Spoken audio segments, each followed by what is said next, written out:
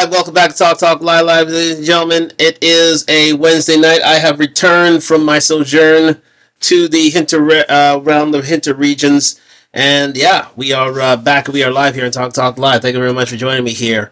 Sorry, I was away for a week, but I had to handle some family matters, and yeah, those family matters have been handled, and we are back here live on Talk Live, live on IG and YouTube, and just fixing my YouTube channel right here. It's just seems to be sagging on me. A few changes coming in 2026. We'll be moving towards. We'll still have our Friday night event, but we'll be moving to Saturdays. We'll be moving to Saturday nights here on Talk Live.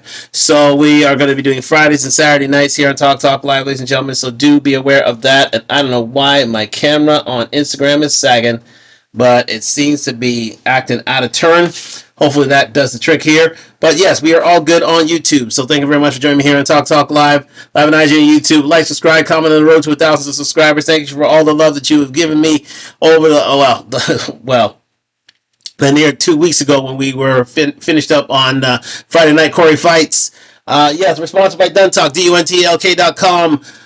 Spring summer line soon to come and will be out in due course. So shout out to Duntalk for sponsoring this program. But yes, we are back and we are live here, and I have this on for a reason. Arsenal Football Club are 7 points up of the Premier League standings, ladies and gentlemen. I'm saying this right now for the cheap seats. If they go to win the Premier League or any or the Champions League, I'm off to London. I am out to London for a week. To see the parade, to see family, and do what we do. So again, I cannot wait for that. Thank you, Atlanta BK, for doing that. If you can just acknowledge me on the Ubius Tubius, that would be greatly appreciated. So yeah, exciting day, great day. Got some good health news from my fiance. Got some treats that just arrived today. It arrived a couple days ago, but I knew it was here. So I'll be showing that off to those who know. If you know, you know. But I ain't saying what it is. But anyways, it was looking to some new experiences coming soon. So thank you very much for joining me here on Talk Live on IG and YouTube. Like, subscribe, comment on the road to 1,000 subscribers. So let's get into it. 2026, the year black celebrity wags are taking L's in 2026, ladies and gentlemen. Yes, they're taking them everywhere. We only thought it was Cardi B, but there are more, and we are discovering them now on Talk Live, including the newest one that just happened this weekend, ladies and gentlemen.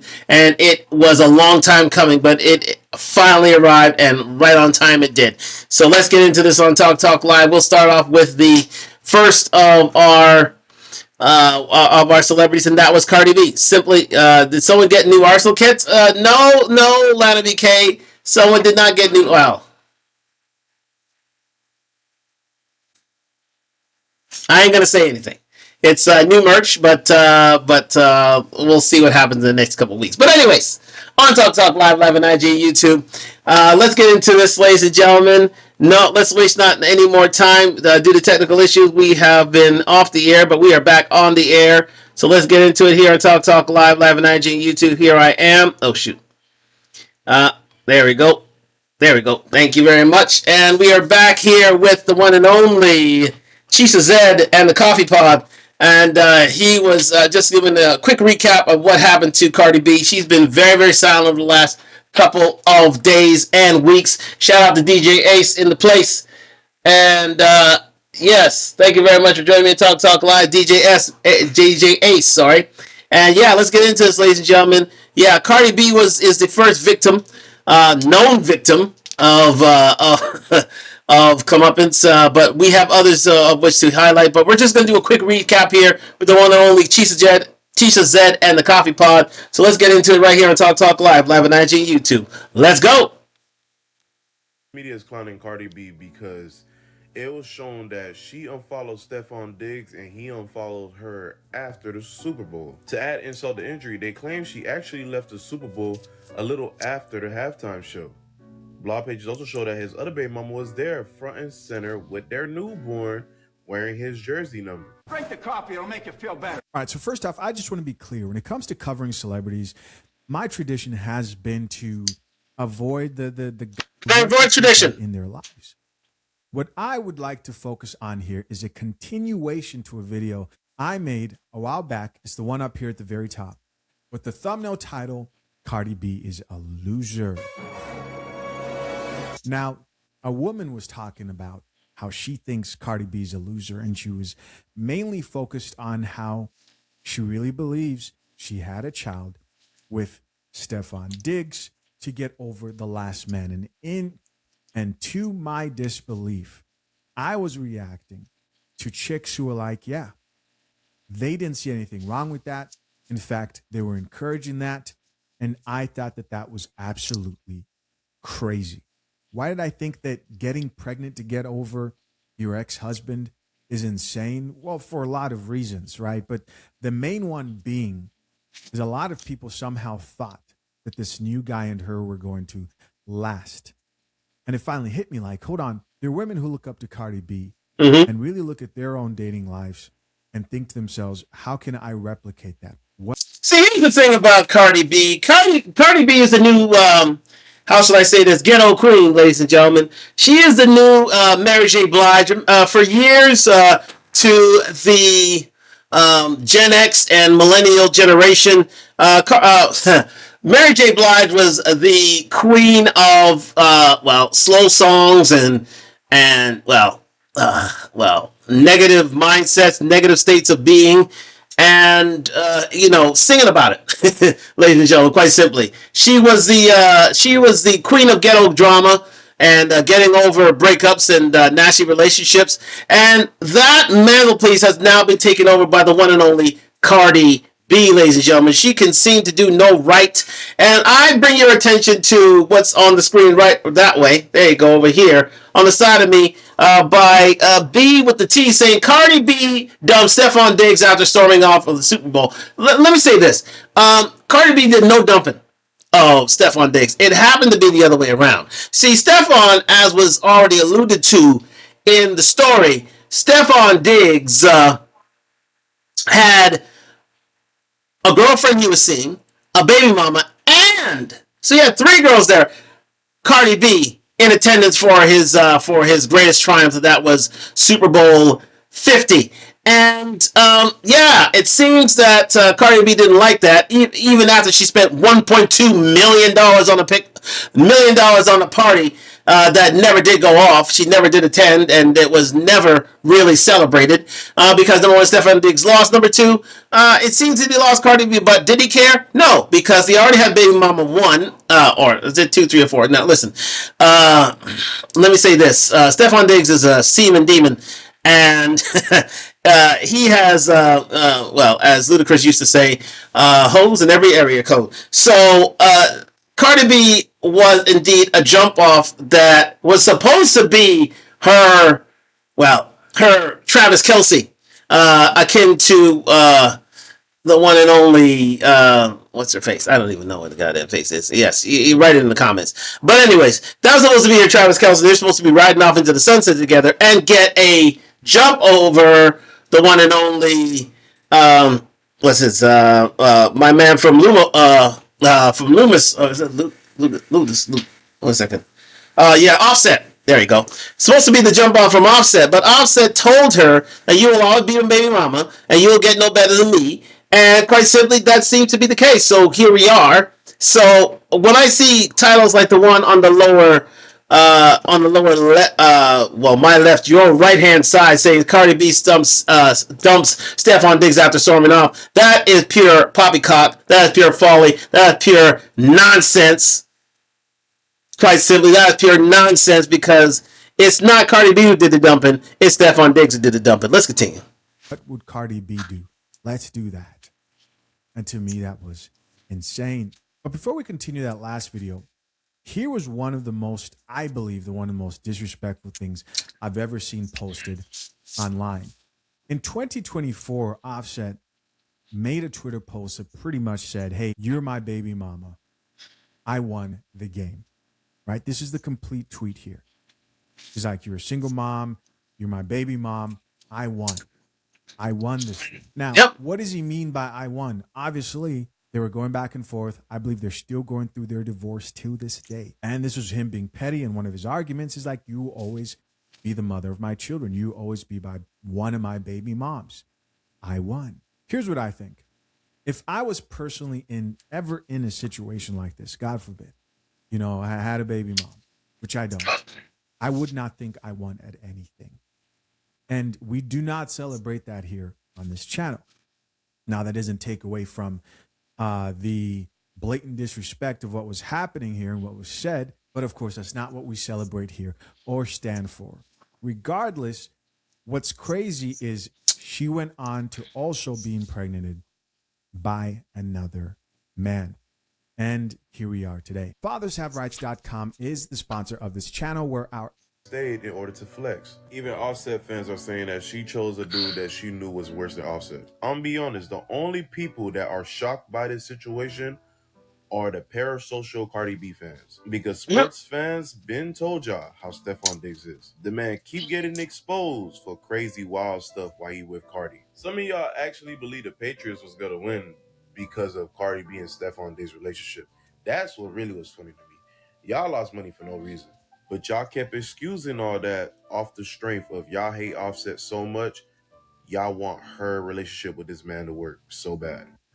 There are people who are just like, their goal in life is to destroy themselves. Both of these individuals here, both of these celebrities, it looks like are setting themselves up for pain. You've got Stephon Diggs, who reportedly has 6 children with 6 different women. Let that sink in, ladies and gentlemen. Cardi B, and in her inimitable knowledge and foresight and planning, decided to be impregnated by a man with 6 kids with 6 baby mamas. You got Pookie, Ray Ray, Tyrone all rolled up into one. And you decided that to be your jump off from the one and only Offset. I'll be straight with you. Offset did indeed win this battle. Now, again, it's not to be celebrated, as the one and only Shisha said, Coffee Pot has already stated here, but it's true. Cardi B's not going to get any better than Offset. Never in her life. She will never get better than Offset. She took the massive L. What she should have done was stay down with the man that she chose to have 3 kids with. But she didn't do that. She had number 4 with Stephon. She thought, oh, I'm the new Taylor Swift. Never happened. I don't know about them record sales, but it doesn't seem to be doing too well. So there's another L, but we ain't going to talk about that. The fact of the matter is, it's a massive L for Cardi B. One of the biggest, as I've already stated in last month, one of the biggest L's in Super Bowl history. How can a woman, an A-list celebrity, walk out with one of these star players in the NFL, in the Super Bowl, and, well, her only highlight was being in the Bad Bunny Super Bowl halftime show, and that was a cameo act in and of itself. You cannot write this stuff. It is ghetto tragedy of the highest form. Shakespeare couldn't write a tragedy like this. Could not. But again, you'll see Cardi B's fans rally around her saying, oh, he shouldn't have done that to you. He's a dog, such and such. Even though you knew who the dog was. You knew the dog when you saw him. This man had 6 babies with 6 different mamas. 2 other women showed up to the Super Bowl, one a baby mama herself, and yet, you decided to lay down with them and have another baby with them. You cannot make this stuff up. I'm going to run this a few minutes because we've already been through this one more time, but it goes without saying that, yeah. This is one of the bigger L's in Super Bowl history and for black celebrity wives and girlfriends. Let's continue. Including, of course, Cardi B. When you look at why a lot of athletes and entertainers go broke, you don't have to look too far to see the type of decision making that leads to their demise. And then you have Cardi B, who I don't think she's done having children, right? And there are young people who look at these two and think to themselves, I want that for myself. And I sit there and I think, wow, have you thought about what it costs to raise up those kids? Have you thought about you getting locked up when you're not able to pay child support? Have you thought about how your paychecks are going to be garnished? Hell is waiting for you. Yeah. Now, of course, these are typically people who, no matter what you say, they will not listen. They have to go through hell and back. Yeah, because they're ghetto queens. Ghetto queens will not listen to you. They will not listen to reason. They have their own frequency. They like Pookies and Ray Rays. And they will continue to take the L's of their falling on from their celebrity role models, such as Cardi B. We saw this during the Mary J. Blige generation. And we're now seeing with the Cardi B generation. They just keep on taking L's. And we see here another one who took an L.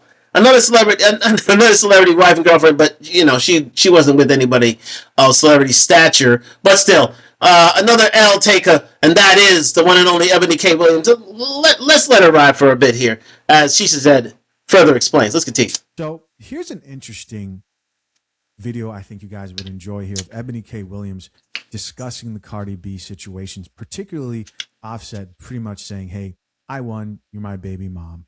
It is what it is. I think it says a lot when Cardi B going through a separation and divorce with her, I guess, estranged husband, now Offset, and the most visceral, violent, kind of derogatory thing he could call her and refer to her, I won. I made a baby mama out of you. Of all the things, right? All the things. This is 2025. We got a lot of things we could be and call folks. And we do.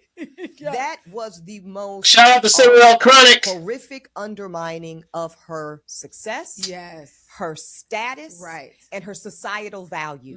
And he knew it. And he knew it. And he knew it. And everybody that heard it in that moment knew it. Yes. That is just how weaponizing the term baby mama and single black mama can be. Ladies and gentlemen, that is the ultimate L. When you are called a baby mama, it's like you have the scarlet letter over your forehead. It is like being part of the Handmaid's Tale and the shunned from society. When you are a baby mama, that you are now rubber stamped as being relegated to the dregs of men who may select you or not. It's up to them. Then you really have to depend on your looks. Then you really have to depend on your wits and your guile and your seductive wiles. Because at the end of the day,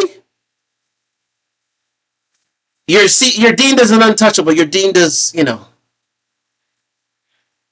a boundless zone. And Offset knew this. And he said, you're my baby mama. I put a stamp on you. I put a spell on you. The song is so true. All those years ago till now, I put a spell on you because you're mine. I put a spell on you because you're mine. Offset put a spell on Cardi B.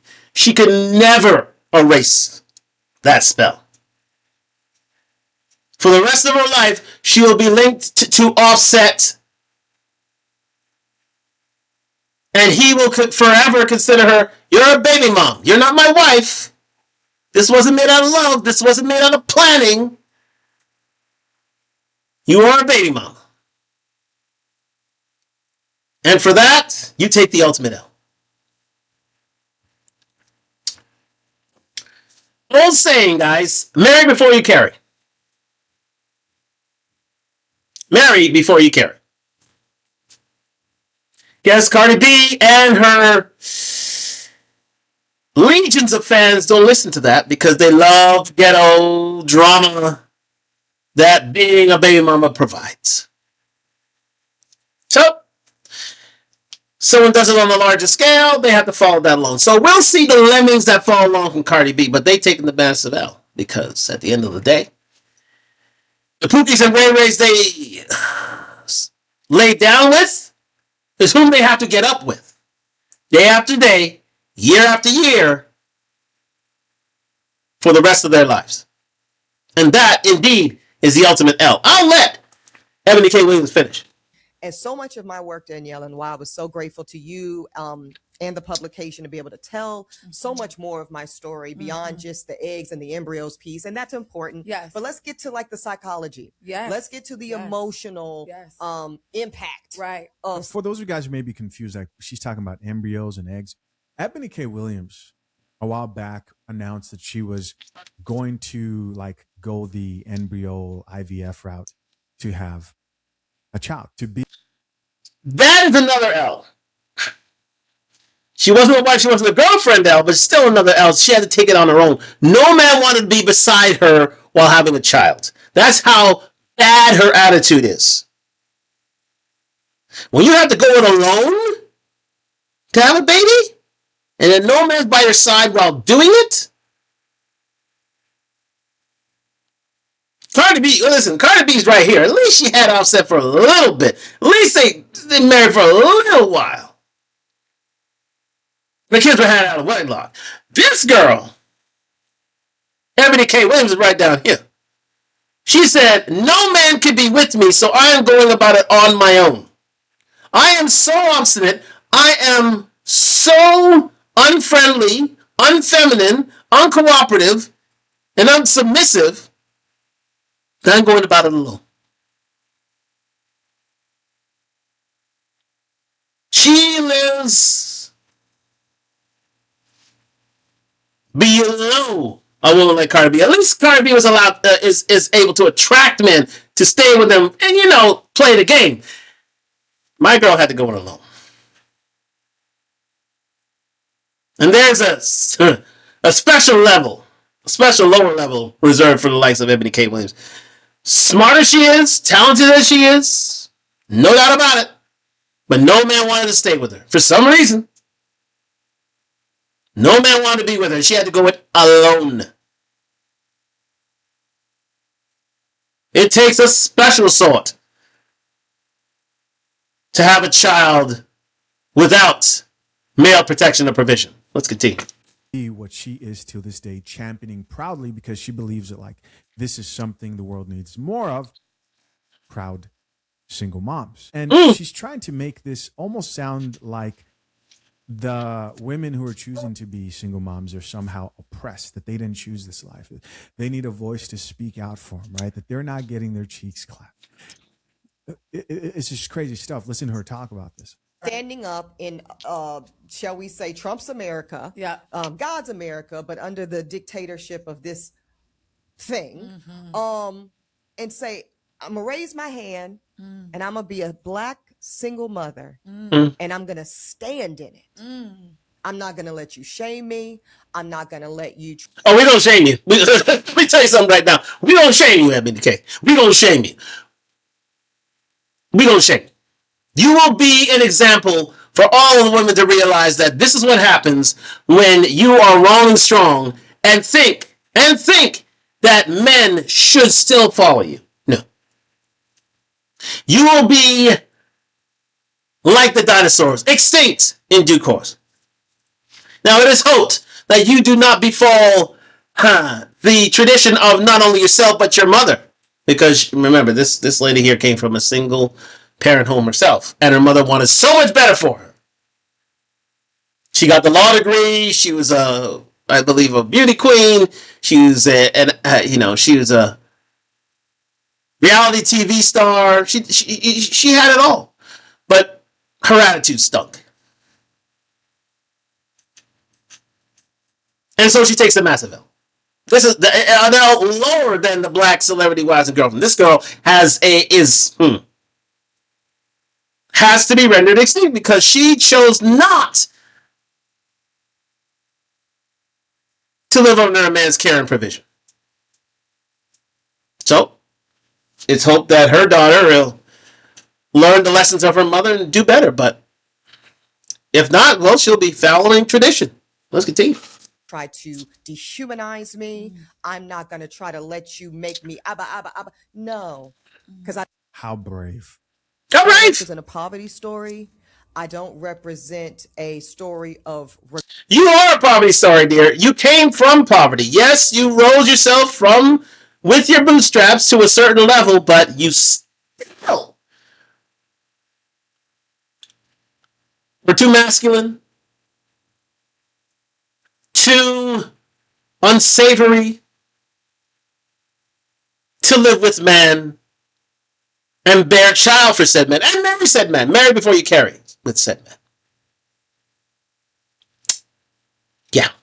regret or what's the word or the framing, like worse circumstances. This was my first choice. This was not plan B or C. Liberty and her conception, and I speak only for that. We're going to move on because she just talking nonsense. Congratulations. Thank you. Congratulations. How are you feeling about that? Really? And this will be baby number 4 for you, Congratulations. Cardi. Yeah. Congratulations. Thank you. I'm actually I'm excited. I'm happy. I feel like I'm in a good space. I feel very strong. I feel very powerful that I'm doing all this work, but I'm doing all this work while I'm creating a baby. Me and my man were very supportive of each other. You know, there was all sorts of speculation. Very supportive. Is she not? Did you decide that you weren't ready to talk about it? What was your thinking there? Why did you think, okay, now I'm going to talk about it? By the way, now that I talked about it, y'all better get my album. Y'all wanted to know, right? Now y'all know. Now y'all could buy my album so I could buy Pampers and diapers. Yeah, she's not doing well on the album, guys. Take a look. Take a look. She's not doing very well on that tour. Continue. And all that type of stuff. I told ya, now go support my album because I'm a mother of 4 now. Yes. But no, It's not a little bit embarrassing. Mm. Like a little bit. It's not a little bit embarrassing. It's even just a little bit. just is like, can I just say it on my own time? Like, I'm not hiding. Yeah, on my own time. Like on my own time. terms. Yeah, it's like on my own terms. Let me close some deals first. You know what I'm saying? Let me close some deals first. And it's like, you know what? You know the deal she was trying to close? Do you know the deal she's trying to close, ladies and gentlemen? She's trying to close the marriage deal. She's trying to marry Stefan Diggs. Her plan, if you didn't know, was to be proposed to, like Travis Kelce, by Stefan Diggs. 6 kids with 6 baby mamas. You think Stefan was going to propose to her?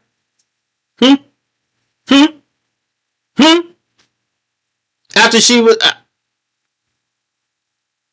it was abundantly clear that this man is a Rolling Stone.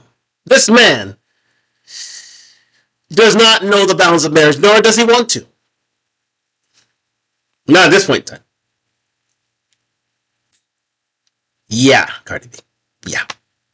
You don't really want to say right away that you're pregnant. Like, it's like, let me see a couple of more sonograms. Let my baby be healthy. That's a good point. That's a good point. Gotta give her that. It's a good point. You typically want to wait a little bit because you don't know. People have miscarriages and things like that. And you know what's so crazy? I haven't till today. Matter of fact, True. I have to tell them this week before this interview come out. I haven't even told my parents. No way, Cardi. I haven't told my parents. They just be looking at me like, Cardi. Wait. Back up. Why haven't you told them? because Why? I'm scared of them. I'm very scared of my parents. Well, I'll let my You man guys, finish. of course, curious to know, what do you think? Leave your comments down below. Just got a few comments. See what the people have to say. So we're back. All right, we're going to leave it right there. But, ladies and gentlemen, she didn't want to tell the parents that she was having a baby with Stefan Diggs. Now they do know. They know of his track record. They know his reputation. And the parents, well, listen, they're not going to exactly head their head in shame, but they're very disappointed in the likes of Cardi B, not having the wherewithal, the gray matter, the little gray matter to decipher who was a good catch and who wasn't. Looking at 6 different children from 6 different women and thinking, that's the guy for me. That's him. And I believe that Taylor Swift may be a slight bit younger than Cardi B, but at least she had the wherewithal to say, you know what? I don't want a guy who's a semen demon that's been, leaving a trail of humanity everywhere he goes.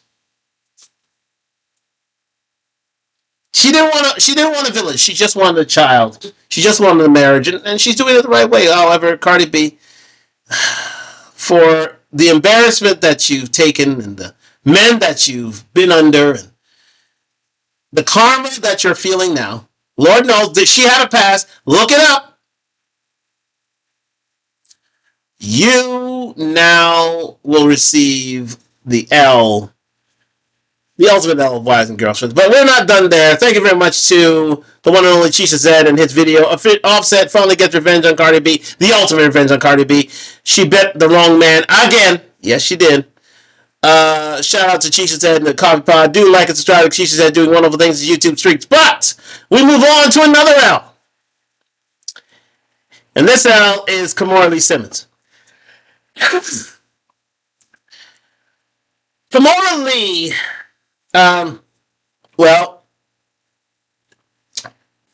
was the wife of Russell Simmons. Now, Russell has his own problems to deal with, and he's run up to Indonesia, never to be seen again. If you know, you know. But Kimora Lee Simmons, let me get this up straight. Kimora Lee Simmons is another case study that needs to be studied as well, because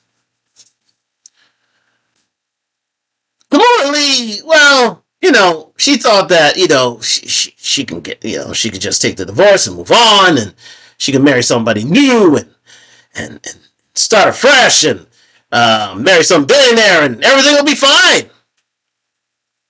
Have you heard the story of Kimora Lee Simmons, guys? What? Have you heard the story of Kimora Lee Simmons, ladies and gentlemen? She's another celebrity wife and girlfriend taking a massive L. Do you want to hear about it? Yes. Well, let's get into Kimora Lee's story with this video from the Celebrity Junk. Kimora Lee Simmons' downfall is hard to watch.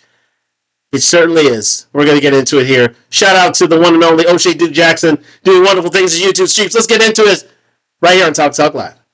Fat Farm or Baby Fair use, fair use. And she was a supermodel from St. Louis. And then all of a sudden the relationship ended. The marriage ended, and she ended up with another actor, had a kid by him. Then she ended up... Jaimin Hunsu, by the way. Jaimin Hunsu. That's the next actor she tried to bully. But anyways, we'll move on. She moved on to... with Tim Leisner in 2014. And this is important because Tim Leisner was a managing director over at Goldman Sachs, and he was basically managing Malaysia's sovereign wealth fund. So sovereign wealth funds are these entities that have these really good natural resources, and they invest in this to, invest for the future. Norway has like a really, really good one for their oil. Saudi Arabia has one, I believe. UAE also has one. So what he was doing as the managing director is that he was siphoning the money from this fund, all right? He was basically stealing the money. Now, while he was stealing the money, which was the One Malaysia Development Berhad scandal, right? He bought this $25 million home for him and Kimora Lee Simmons. Now, there were other things that he purchased, but those items were siphoned away, but not the house, okay? The house got caught up in some kind of civil unrest. And again, he ended up divorcing her in 2022, or she divorced him, but she kept the house, okay? The U.S. government did not seize this because it ended up in like a distress refinancing sale leaseback. And part of that was because of her failure to pay the mortgage every month. But something after that happened. Kimora's ex-husband, Tim Leisner, purchased the home in 2017 with stolen funds from the Malaysian Sovereign Wealth Fund. Now, Kimora has been living in the home rent-free for the past 5 years. It's actually featured in her new show, Kimora Life in the Fab Lane. Court documents show that Kimora has not paid rent nor made a payment for mortgage and is refusing to leave the home. According to Kimora, her ex-husband sold the 7-bedroom estate to real estate brothers David and Simon Rubin through a deal she claims was fraudulent, requiring $67,000 in monthly payments. Kimora, I don't know. This doesn't sound too good because based on California laws, just residing in the home does not give you a right to stay in that property, especially when it was bought with stolen funds. Now, basically, ladies and gentlemen, Kimora Lee is squatting. She's squatting right now. She's squatting. She's not paying the mortgage, not paying the rent, not paying a dime. She's been living there for 5 years without moving a dime towards paying off the household. Now, if you're buying a home, if you're new to buying a home, you put a down payment down, and then you pay a mortgage every month. Kimora Lee has not been doing that for 5 years. Ever since, and do remember, the house down payment was bought with ill-gotten gains from the Indonesia fund that her ex-husband was dealing with. So okay. So remember now, let's see the track record. She went from Russell Simmons to Jaimin Honsu. Let the two black guys alone. Those are two celebrities. Now moved on to Mr. Lesnar, who she thought, oh, Mr. White is Mr. Right, and he gonna cover me when and this wonderful home here, and she featured it in her reality show. Well, she's squatting now. She's squatting. She's squatting. She's squatting. She's there illegally. And soon she'll be kicked out. While her husband serves time in jail for,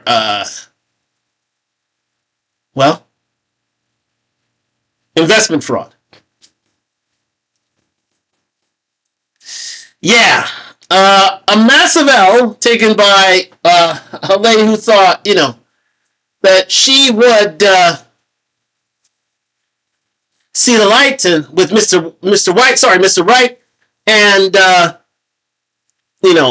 live happily ever after. But that is indeed not the case. I'll let the lady finish her story. I'm sorry. Please continue. Now, I want her to fight for her rights. I would love for her to keep that beautiful home, right? But do I think the judge is going to let her? So they're in a civil case. The trial setting conference is going to happen on February 25th, 2026. All right. And she's living in a house. They're not paying $67,000 a month for the mortgage.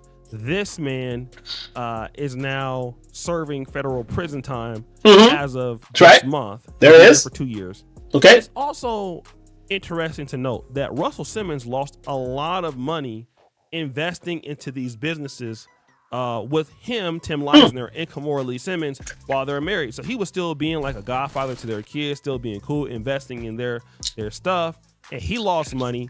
So Kimora Lee leaves Russell Simmons, piggybacks from him, gets to deal with Tim Leisner. Okay, the guy. Well, we call him monkey branch, but you know what I'm talking about. Let's continue. Guy goes to jail. She's still living in his house, and she doesn't want to leave because she can't pay the rent. She's broke. And this is kind of what I want to talk about with these dudes, working all their life, trying to accumulate all of this income just to get with a chick that she's not going to end up being with you. She's not going to deal with you. And she's going to use your hard work to basically get into professional doors. That's all Kimora Lee Simmons did. I mean, she was already a model, but basically used Russell Lee Simmons to get into professional doors, continue to be in the industry, acting like a businesswoman. And she's not. Almost every and actually married her investment fund manager. Are we not seeing this? She went from Russell Simmons to Jaimin Honsu to Mr. Lesnar. She's now serving time.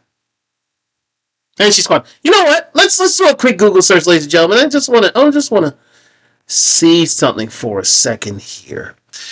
Yeah. Let's see. Kimora Lee Simmons. Let's see. Kimora Lee Simmons. Hearing February 25th. Let's do a quick search here on how proceedings are going in that respect. Let's see. A court conference was scheduled 2026 regarding the ongoing legal battle 2025 of the 25 million Beverly Hills Mansion converters has occupied nearly 5 years. Here are the key details. Okay. Name change. Do we have a... that was the AI person. Oh, she's still refusing to leave. Still not hearing anything. Yeah. Right. So, right now, I don't think things are adjudicated yet. But as you can see, the hearing concert was set to determine the future. So, we haven't heard anything as of yet on this trial. So again, that is yet to be disputed. That is yet to be... we're going to leave that for a second. That's for another date, ladies and gentlemen. That's another Talk Live. We're going to get into that. But let's get back to our original story here. Shoot. Put this back. There are too many things on Talk Live, ladies and gentlemen. Way too many things. But let's get into this. Yeah, I don't think things are adjudicated just yet, but the hearing is, the verdict's yet to be heard on the hearing. I think the judge is yet to adjudicate on the state of the household and what where Kimora Lee will need to end up, but she'll soon have to leave. She ain't paying nothing on the house. She will have to leave. It's just a matter of when. Let's continue. Every dude that does this strategy loses in the long run. It's okay to make a lot of money. It's okay to want pretty women. But this is what I will always tell you. It's going to be controversial, but I'll tell you. It is better to marry somebody or to be with somebody that is around your looks department. Okay? They ain't gotta be, hella better looking than you. They should be maybe a scale up. Guys who go out here and you deal with a woman that's a 9, that's a 10, and let's say you a 4 or you a 5, and that woman would never deal with you, like y'all look are nowhere near close, you're gonna pay tremendously. Yep. Tim Leisner did it, Russell Simmons did it. Yep. And then ultimately she discards both of you. You have wasted millions of dollars on somebody who doesn't care, and they're still living off of all your hard work. Literally, you mean to tell me that she didn't know that he was stealing this money from Malaysia? Of course. All of that for a chick? I mean, it's not worth it. You remember, she never built anything for it. She literally has been surviving on divorce settlements. Yeah, O'Shea's right. She's been literally living off divorce settlements from Russell Simmons, from Jaimin Hunsu, now from Mr. Lesnar. And now she's about to be thrown out of house. I think it's karma that she has ended up where she is, taking advantage of these men and moving on from place to place to place just to end up where she is now. And do I feel sorry for her? No. No, she don't. No. This lady is listen. A certain women, especially modern women, are survivalists. They will move on to the next best thing all the time. The next best train running. If she stayed with Jaimin, I think she would be all well and good. She had a few kids with him. She stayed with Russell, I think she'd be all right there. But she decided to move. It's the whole elevator theory. She decided to move to the next floor, to the next floor, to the next floor. Seeing that the top floor that she went to read a sign that said, you should have stayed on the bottom floors.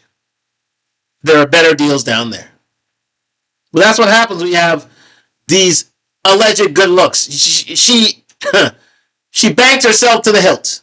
She thought, I can do no wrong. I need to move up places because I am her. I am an 8, 9, or 10, and I will get what I want. Okay, well, what you're getting now is evicted. You are now getting evicted, Kimora Lee Simmons. And for that is another celebrity wife and girlfriend who's taken a massive L. We move on to the third exhibit, ladies and gentlemen. We move on to the third exhibit, and that is the ex of, I don't even know her name, Miss Jackson, the ex of this man right here. His name is Floyd Mayweather. One of the baddest boxers in pugilist history. I would say easy top 10. Easy top 10. The man went undefeated. The man, quite simply, dominated the ring during his tenure in the lightweight featherweight ranking. I think it was a featherweight. And he's still of good nature, of good stead, ladies and gentlemen. But it seems that a lady who decided to move on is now trying to move back. And this shows our third former wife and girlfriend who's taken massive L, and that is this lady. I don't even know her name. Her name's Miss Jackson. I don't know what the hell it is. I thought it was Janet, but it ain't. I don't think she's that. I don't think she's that stupid. But anyways, I don't think Janet's that stupid. So we're going to find out about Miss Jackson here and how she has, in her own inimitable way, has taken a massive L. Let's continue right here with the one and only. I think this is Rivet TV. We're going to move on right here to get a little, yeah, I would say right here. I think this is a better place to start. And we'll let Rivet TV tell it in her video. Floyd Mayweather ex humiliates herself and gets humbled. Women call her out. Women call her out. If you got women, if you got the feminist echo chamber calling you out, you know you done wrong. So let's get into this with Rivet TV. Like, subscribe to Rivet TV, doing wonderful things in YouTube streets as we move on here on Talk Live. Birthday that a person loves or is connected to, usually the people who are connected to them will post a birthday tribute or shout out to them on their Instagram stories, or on their make posts for them on their Instagram or any other social media. And of course, we know how famous and how connected Floyd Mayweather is. And so a lot of people posted, him for his birthday. We had the likes of his baby mother posting him on social media for his birthday. So many other people making tributes, as to be expected. But what wasn't expected was the fact that his ex right here, known as Miss Jackson, real name Chantel Jackson, posted him on her social media while also posting a video of him possibly from the past or whatever the case is, basically saying how good he looks. Flex, let me see. I ain't got a flex. Let me see something. I ain't got a flex. Make it jump. I ain't got a flex. I ain't got a flex. You know what it is? I ain't got a flex. Yeah. I ain't got a flex, man. Money all day. Now, underneath this post, the caption was, "Help me wish my ex a very happy birthday," with a plethora of different emojis underneath it. Now, I want to give you guys the details of why this is, one, such a viral conversation right now on the internet, but two, a lot of the backstory as to why this post did not line up with a lot of the things that she has done in the past. First of all, one thing I can say is I feel that we are in a space right now that women are getting tired of other women doing foolishness. Whereas you could see maybe like 100% of the women in the comment section supporting women doing foolishness. Now there is a clear and strong divide of other women calling out the foolishness that they see. Now, let me say this about let me go back for a second here. Let me say this about Reva. Get a better photo of her right there. That's better. Let me say this about Reva. I think she's fantastic. She calls out the BS that women provide modern women provide on a daily basis, and especially for women who have realized their mistakes, don't want to be accountable, and want to slip by on their good looks and say, hey, you know what, I try to move on from you, but hey, you know, come get me. Come save me. Yeah, I left you, but, you know, I'm supposed to be forgiven, right? But because, I'm unaccountable. Well, ladies like Reva and more ladies like her should hold these sort of women to account. They should tell Miss Jackson, no, your behavior was beneath reproach, and it needs to be reprimanded. It needs to be called out for what it is. And your good looks ain't getting by. And her. I mean, listen, this is an 8. This is a definite 8 here. But her trying to sneak her way back into Floyd Mayweather's heart is just the definition of an L. And I hope Floyd Mayweather does not let this girl come back into his life, because you will see how this woman treated this man in time. Let's continue. A clear and strong divide of other women calling out the foolishness that they see. Now, Miss Jackson was in a relationship with Floyd Mayweather years ago. I'm talking about over 20 years ago, okay? And the two of them met around 2006, and their relationship ended in 2013. Now, when their relationship, broke apart, it was a very public and messy situation, mainly because, Miss Jackson had alleged that he, physically harmed her, that he, basically was doing some kind of like kidnapping where she couldn't leave the home, and that he was threatening her if she wanted to leave. Like, she was basically held against her will. She said that he stole from her, that he robbed her. Like, she, said a lot of things that allegedly happened during their breakup. So much so that Floyd Mayweather ended up coming to the internet and making a post at that time and basically saying, no, we broke up, or the demise of this relationship had nothing to do with the things that she's saying. We broke up because she decided, after being pregnant with twins, that she no longer wanted to carry the twins, her body, her choice, and that caused the demise of their relationship. So, you got all that? Because there's a lot of claims of domestic violence against Floyd Mayweather, chiefly from this woman right here, Ms. Jackson. She alleges that Mr. Mayweather committed mental and physical abuse, stole her money,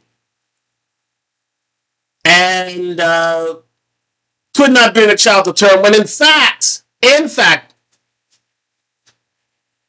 those were not true. And that she decided to abort said children because she didn't want to, ruin her body image, if you know what I mean. Her body, her choice, as so eloquently stated by Riva TV.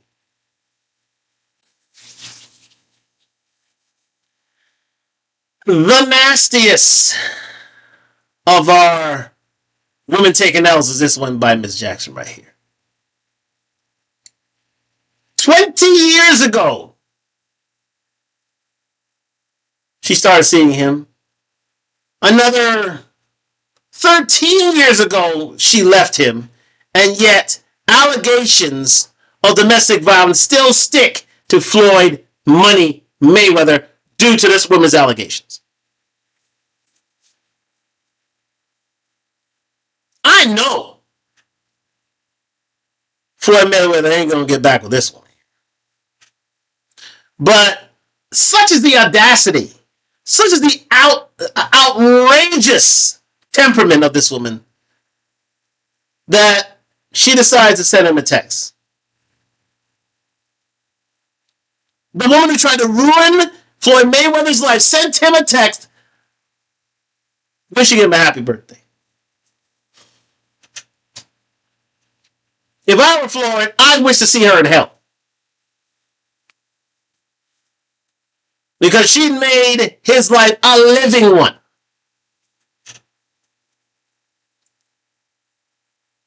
And I wouldn't want to see hair nor tail on this woman again. How this woman has the audacity to try to sneak back into Floyd's life is atrocious. It is the height of indignity.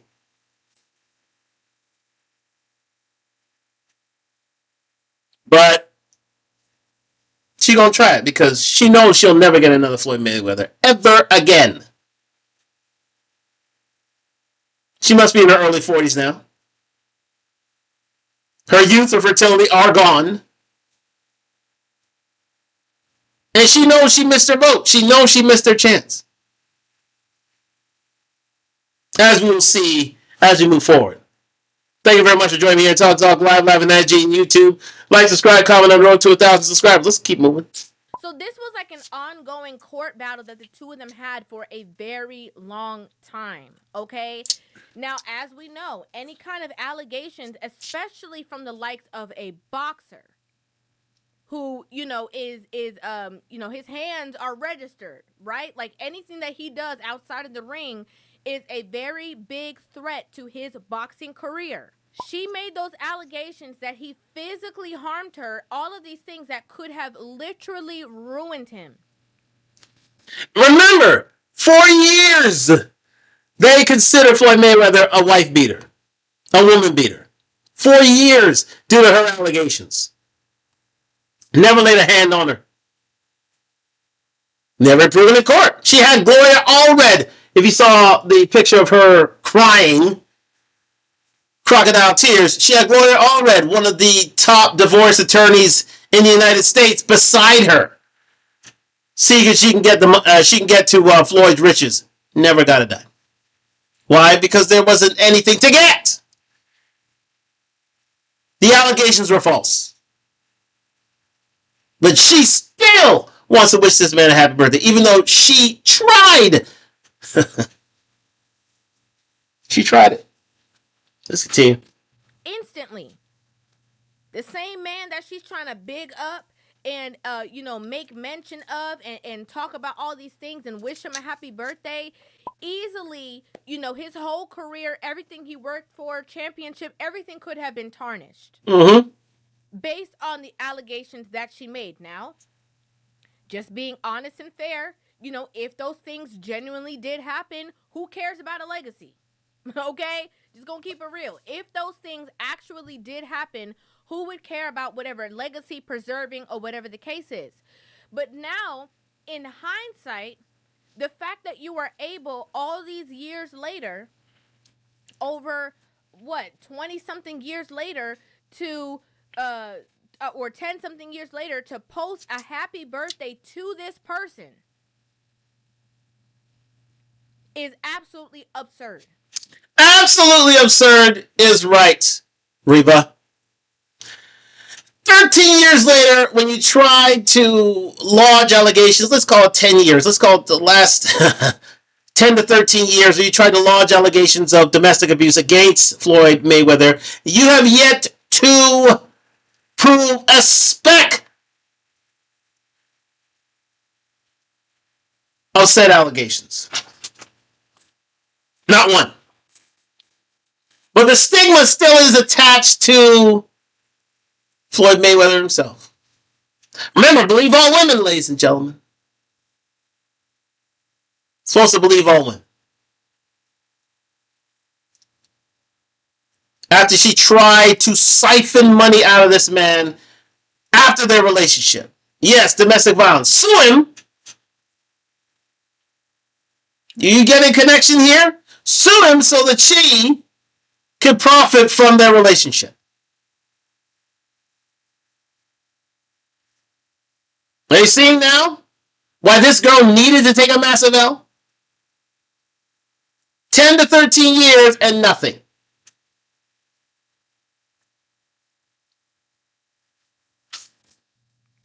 Now the conversation don't stop here, okay? Because we're gonna get into the women tearing her up in the comments. But before we get there, right after the breakup with Floyd Mayweather, Miss Jackson then went into a public relationship with rapper Nelly. Okay, and the two of them were together for 7 years, and basically their relationship ended because she basically said that she wanted to give him a break or go on a break with him to see whatever it was going to happen, and we know what came of that. I left. Mm-hmm. I left Mm-hmm. because Because what? I wanted initially, I guess, space Mm-hmm. to see See what? maybe will the space bring us back together, or do I need this space because I just need to Mm-hmm. rip off that band-aid? She's trying. Let me say something right now. What this girl's trying to do. She's trying to find somebody new. Nelly wasn't making enough money for her. She was trying to find someone new. She thought she could do better. In her 40s, she thought she could do better.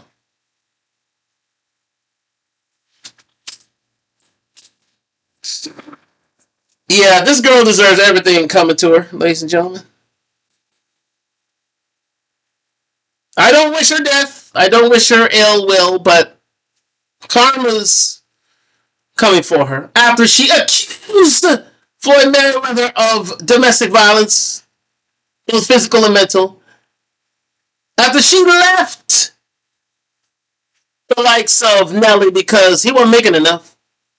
His name wasn't as big as Floyd was, so she thought, let me see if I can get out here and do something better. She never did. And you know what comes next, right? Wishing my ex a happy birthday. Ain't this a bitch? During that break, Nelly and Ashanti rekindled and been together ever since. So the joke was on her, okay? And I say this all the time to women: don't be walking around playing these games, acting big, bad, and bold like you so in control and that you got all of it together and all of that stuff. Because the minute that rug slips from under your feet, you gonna be the one crying. Now, Even Nelly couldn't stand her ass. Even Nelly couldn't stand her ass. Miss Jackson, she couldn't stand her ass. Let me get back with Ashanti over here. Let me rekindle that. Because you now, it's that chart, it's that graph that the prettier a woman is, the crazier she is. Floyd Mayweather understood that. Look at her crying while making accusations against Floyd because she wanted that money. She never got a dime out of him, though.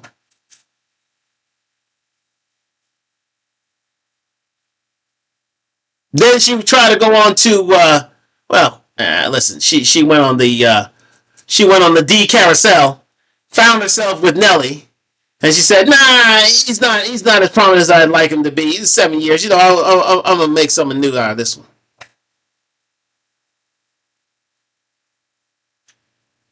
And now she's wishing her ex, Floyd Mayweather, a happy birthday. Ain't this a bitch? obviously, once news broke of Nelly and Ashanti getting back together, she was on a live with one of her friends, and a lot of people wanted to know her opinion, just being messy. They wanted to know Miss Jackson's opinion on people spinning the block, and this is what she had to say about it. Do you believe in spinning a block? You, you, or me? They can't be asking me. They asking you. Well, they could be asking you just a general question, but I feel like they're asking you. Well, yeah. I mean, if whatever works for someone else, that works for someone else. But I don't do that. If I left for a reason. So here she was basically This was a shady response, right? This is basically trying to kind of shade Ashanti and Nelly getting back together, kind of like, saying like, oh, who does that? Once I leave for a reason. Like, who gets back with their ex? Nobody don't do that. Like, who's spinning the block? Basically, like, she's so above that kind of mindset. Well, now after marriage and kids and babies, the two of them growing their family unit, like after all of that now coming to the forefront, all of a sudden, Miss Jackson now wants to wish her ex a happy birthday. Here's the thing, guys. Uh, there's something that Ashanti knew all too well, and she made sure that when Nelly came back, he weren't going to leave him alone again. Once you have a good man, you keep him. Don't make styles. Don't think that you're going to go to the next floor and think that you're going to get better. No, you keep him. As Ashanti knew, her biological clock was ticking. And she knew she had to get these babies out. And she knew that, okay, it's Nelly. If he ever come back, chop chop, let's get these babies out here. Let me just lock this down, get married, do this, do what we got to do. Because I think Ashanti's like 41, 40. Her biological clock was ticking. And she wasn't playing games. But this girl right here, Miss Jackson, she play games. She play too much. Plays a lot. A lot. With people's lives and people's emotions. And so she has been relegated to the bargain bin, knowing her eggs are shriveled up. She may still have beauty, but youth and fertility are gone. Thinking that her looks are going to get her the same deal that she got 10 to 15 years ago. They're not. Should have stuck to Floyd. Floyd's still not married. Should have stuck to Floyd and tried to have a baby by him. But Floyd ultimately never will agree to marriage. Especially after what this girl pulled him through. Especially after that. And this girl has the audacity, the sheer indecency to throw him a text saying, oh, wishing my ex a happy birthday. Thinking that all is sweet. Nope.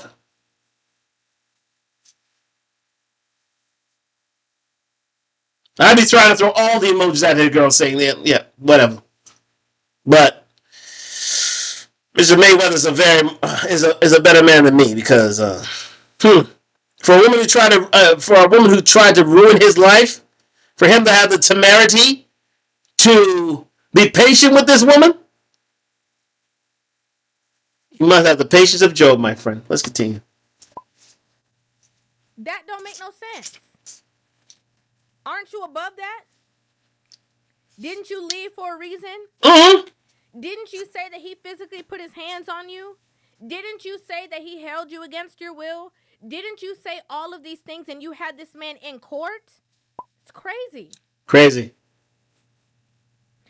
Now, of course, the blogs ended up picking up the conversation mainly because Floyd Mayweather's daughter, Yaya Mayweather, ended up responding under the post that Chantel Jackson made. And here you can see Yaya says, no effing way, I love it, crying laughing face. And then she says, so does this mean you're going to be my date to the fight? LOL. Now, we already know that Yaya Mayweather has her own messy situations that she have going on with her own baby father, okay? So we're not even going to get into any part of that kind of conversation. With the lakefront. You're going to leave your children out of this, okay? But what's crazy to me is the standard that is being displayed to women on social media. Number one, the idea that you can make such heinous accusations about somebody and then turn around and be cool and be celebratory and show them love and support and all these things as if what you said didn't happen is crazy. because that's promoting one or two things. That's promoting either lying on men when you're not getting your way out of the situation. Which is exactly what she did. She didn't get what she wanted out of the relationship with Floyd. She should have tried to marry him. When he said no, girl, here come the SA allegations, and trying to extort him out of his money. Legally, mind you. But she never did see a dime. Or so little that didn't make much of a difference in Floyd's pocketbook. Let's continue. Or that's promoting, going back to a toxic cycle of physical harm. And both don't make no sense. Of course, out of a plethora of comments, there were some I hate to say it, there's no other way to say it. There were some bird brains in the comments who were, responding to this in kind of like a protective way of Miss Jackson, and not understanding why everybody is making a big deal and why all these women are calling her out. As you can see, this comment says, so it's cute for Nelly to go back to his ex and not her? The double standard is crazy. Y'all leave her alone. These sort of comments come from short-sighted individuals who never have done their due diligence or research. They only see for the here and now. They have the memories of goldfishes and are not very smart at all. When you see a comment like this up here, you know they're not dealing with a full deck. Next woman says, I don't know, I kind of like this. Now, this is a part of the delusion with women I don't understand. And this is a part of, where women get into situations and they literally find things that make absolutely no sense to defend a point that, one, doesn't need defending, but also the point that you're bringing to the conversation makes no sense. Nelly and Ashanti were able to get back together because we ain't never heard Nelly or Ashanti say anything defamatory about Nelly after the two of them broke up. Never. We didn't even see Ashanti in these streets with no man after they broke up. Everything was speculation, or people had some kind of idea. Some people might have known about a little relationship. A lot of people didn't know.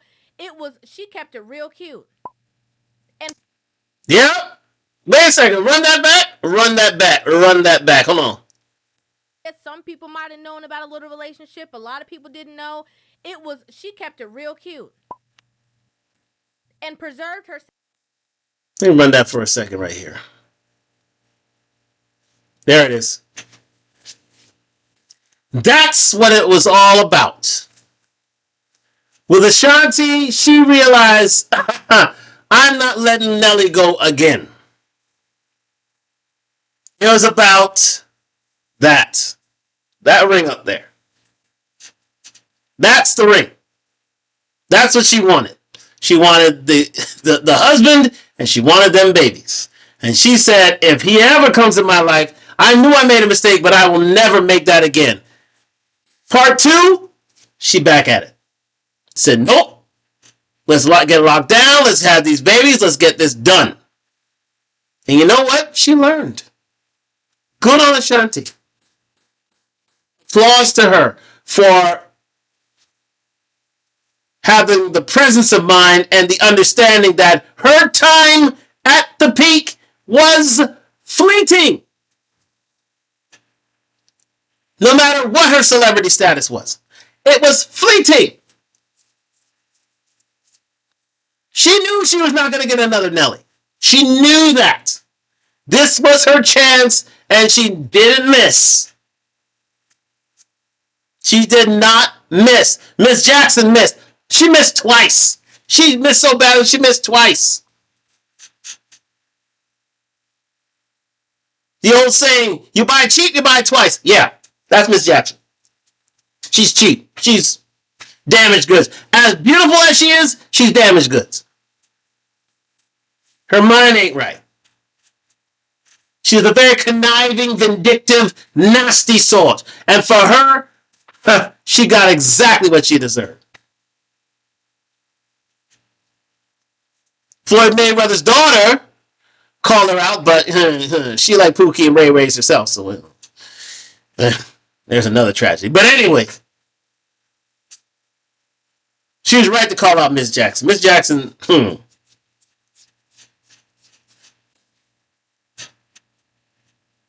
she's a nasty sort, and is totally deserving of the rebuke she's getting now, not only from men in the know, but from her own modern women's sisterhood. Let's continue.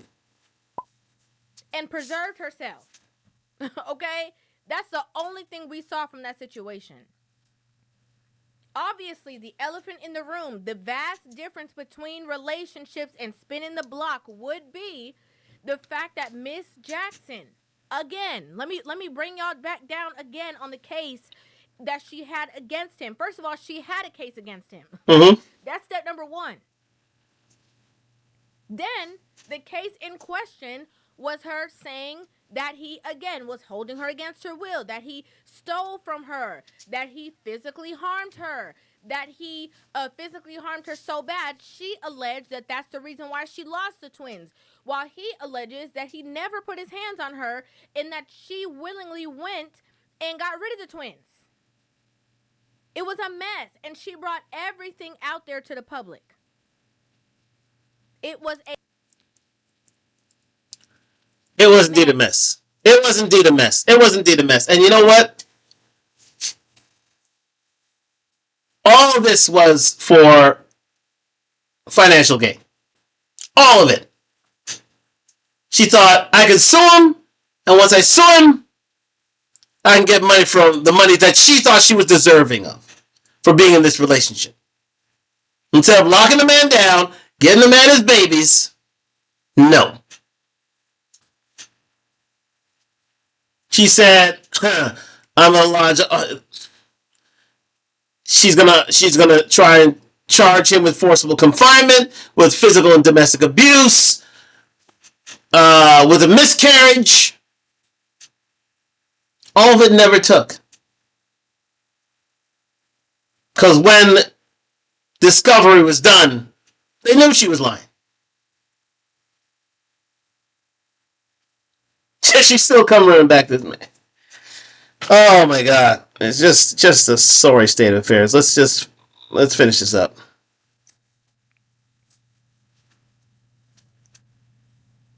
What are you promote? What are you in support of? What are you promoting out there to other? She's promoting herself. She's promoting the bag. She's promoting herself and the bag. She has no considerable talent. She can't do absolute shit with her life. She decides to live off men. That's why these girls are crazy, man. She has no discernible, transferable skills. All she's good is laying on her back and looking pretty. And looking pretty doing it. That's all the skills she has. That's why being pretty is a blessing and a curse, because it gets you into rooms with other men and opens doors where not many, if any, other women can go, but it critically handicaps you in terms of your brain. You don't develop any further than that. You think your looks will take you everywhere. And once you find out, and once you don't parlay your beauty to the hilt, and your youth and your fertility fade, you're screwed. So you get desperate and try to exact any means to extract money from men. They are dangerous, these women. They're absolutely dangerous. And I am glad the sisterhood are finally calling out these frauds, these conniving bitches. And tell everyone who they really are. Let's continue. Women.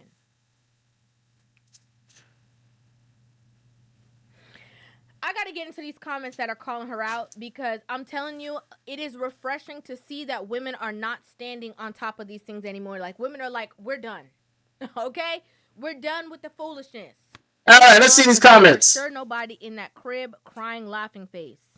Next comment says, wishing a man you accused of assaulting you and holding you hostage a happy birthday with a multitude of emojis is absolutely asinine. Yes. Next person says, wait, but didn't she complain he hit her? Don't come out saying he beat the crap out of you again because we don't care. And I want everybody to keep in mind, when I do these comments, I make sure I let you guys know who the comments are coming from. These are all women saying this stuff. Okay? These are women calling out the behavior of this woman. Next All right. No, let's go. person says, I thought he beat her A and now she's back with him. I guess it didn't hurt that bad. Shrug emoji. Next woman says, proof that these women will do anything and kiss anyone's behind for some money and a lifestyle, and I hate that for y'all. Shrug emoji. Run that back. Prove these women will do anything and kiss anyone's behind for some money. Yep. Absolutely right. Yep. Yep. This woman has zero talent. This woman has zero transferable skills. This has zero brain. The only way she's going to make it is on her back and with rich and powerful men that she hopes will bestow her the title of wife or girlfriend. But she played to the hill. She thought, oh no, I'm not getting any money out of this. I know the floor. It said, she got on my last nerve. I'm about to leave this girl. And she just slapped the charge on him. I'm glad this girl is being drugged. I'm so glad. I'm so absolutely glad. Because this woman represents the dregs of society itself. Let's continue. Shrug emoji. Next person says she definitely doing this for clout. LOL. Nobody been paying her no mind till now. She got hella businesses she trying to promote. Now, this is a point that is necessary to make, right? She I believe has some kind of shoe device, right? I think it's something that women can put in their shoes to make their feet comfortable, whatever the case is. Okay, this is the part that don't make no sense to me. If her fan base is women, and she's using this as clout to bring traction back to herself to show what she's promoting, these are women who are calling you out. Like, this plan backfired. The same women who could be or who would be supporting said conversation are the same ones who are calling you out. Next woman says, so he beat her up and forced her to get rid of twin babies and she's still trying to be in the rotation? These women will literally be thirsty for anyone who has money, no matter what they did to them. Shake my head. Next woman says, now if you publicly sued a man and got the gloves covered up on national TV, you should absolutely not the F be saying happy birthday to your ex. That's my opinion. I ain't saying ish to nobody who I claim assaulted me. That is the quote of the day. Why would you run back to a man who supposedly beat you within an inch of your life, forcibly confined you, and forced you to have an abortion? Why? Why? Because you know it ain't true. Because you know it ain't true. And she is now of such a desperate state that she'll spin the block with her ex, just trying to get some dough. Just trying to get a roof over her head. Winter is here, and these girls, you know what I say about girls like this? Let them freeze. Let them freeze outside. Because they are, the truth be told, some skullduggerous, evil pieces of work. Let's finish up. Next person says, imagine being so bitter about your ex finding love again with his ex that you tried to be petty and get at your other ex. Girl, didn't he beat you? Next woman says, Nelly dodged a bullet. She'll do anything. What happened to the lawsuit? Now, this is a very important part of the conversation, okay? A very important conversation is the woman who said that Nelly dodged a bullet. And the reason why is because, again, in some of the bird brain comments, I saw a lot of the comments talking about how beautiful she is and how stunning she is and how it was Nelly's loss and it's gonna be the best thing and basically Floyd would be lucky to have her back because of how attractive she is. She's very beautiful woman in my opinion. Absolutely beautiful. But you know what? You know what runs in tandem with beauty? Crazy. What as beauty ascends, you know what ascends with beauty? Crazy.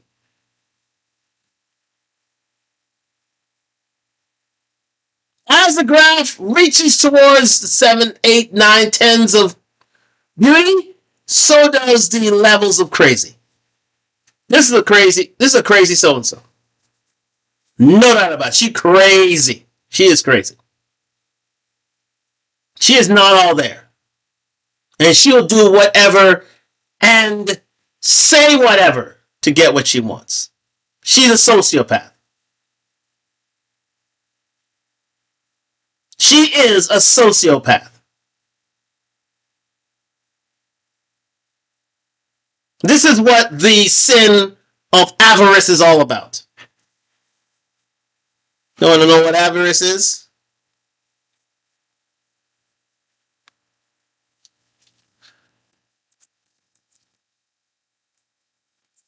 Avarice.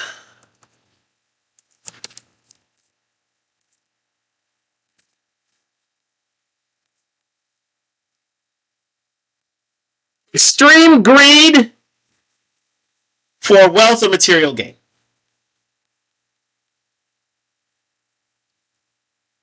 She's shallow and yet has avarice. She thinks her looks gives her the right to a certain lifestyle. You know who also shares this idea?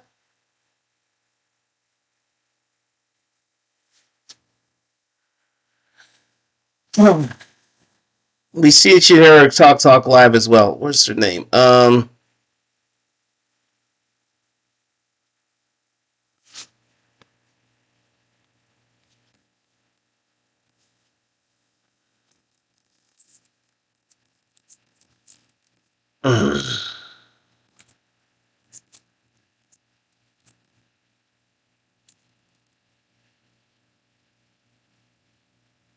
Her name escapes me right now, but it will come to me.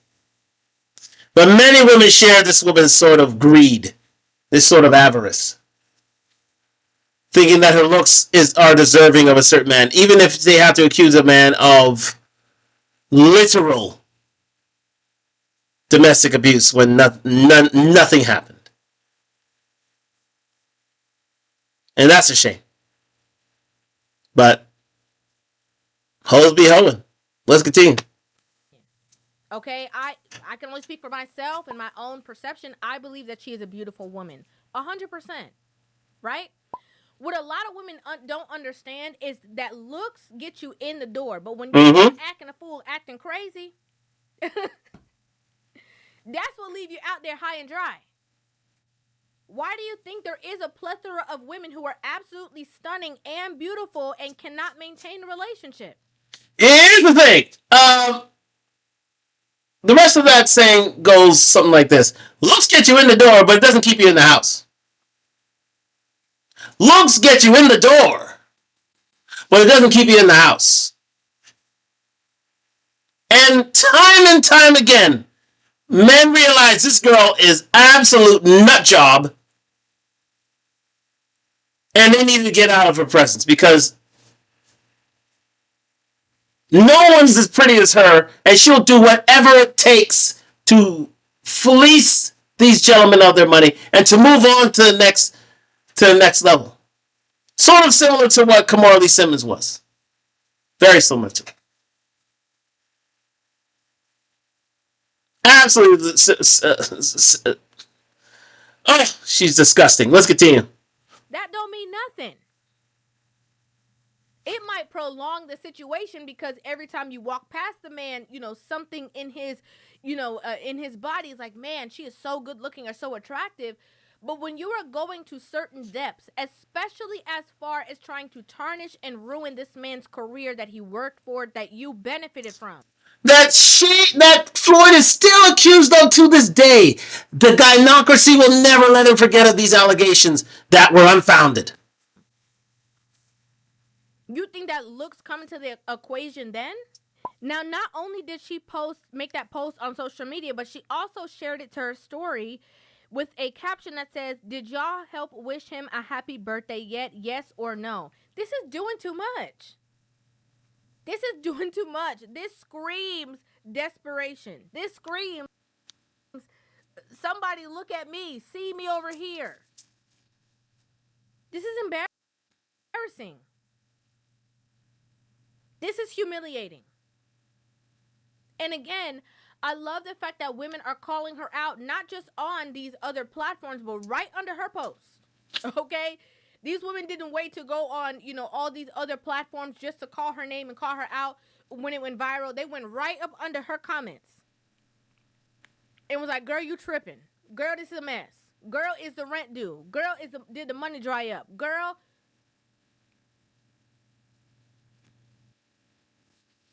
Girl, indeed. Shout out to the one and only Reva TV for calling out the bullshit. And for the many women who have commented under her post telling her what she needs to hear. And that is, you are a Jezebel. You are a succubus. You are the epitome of evil.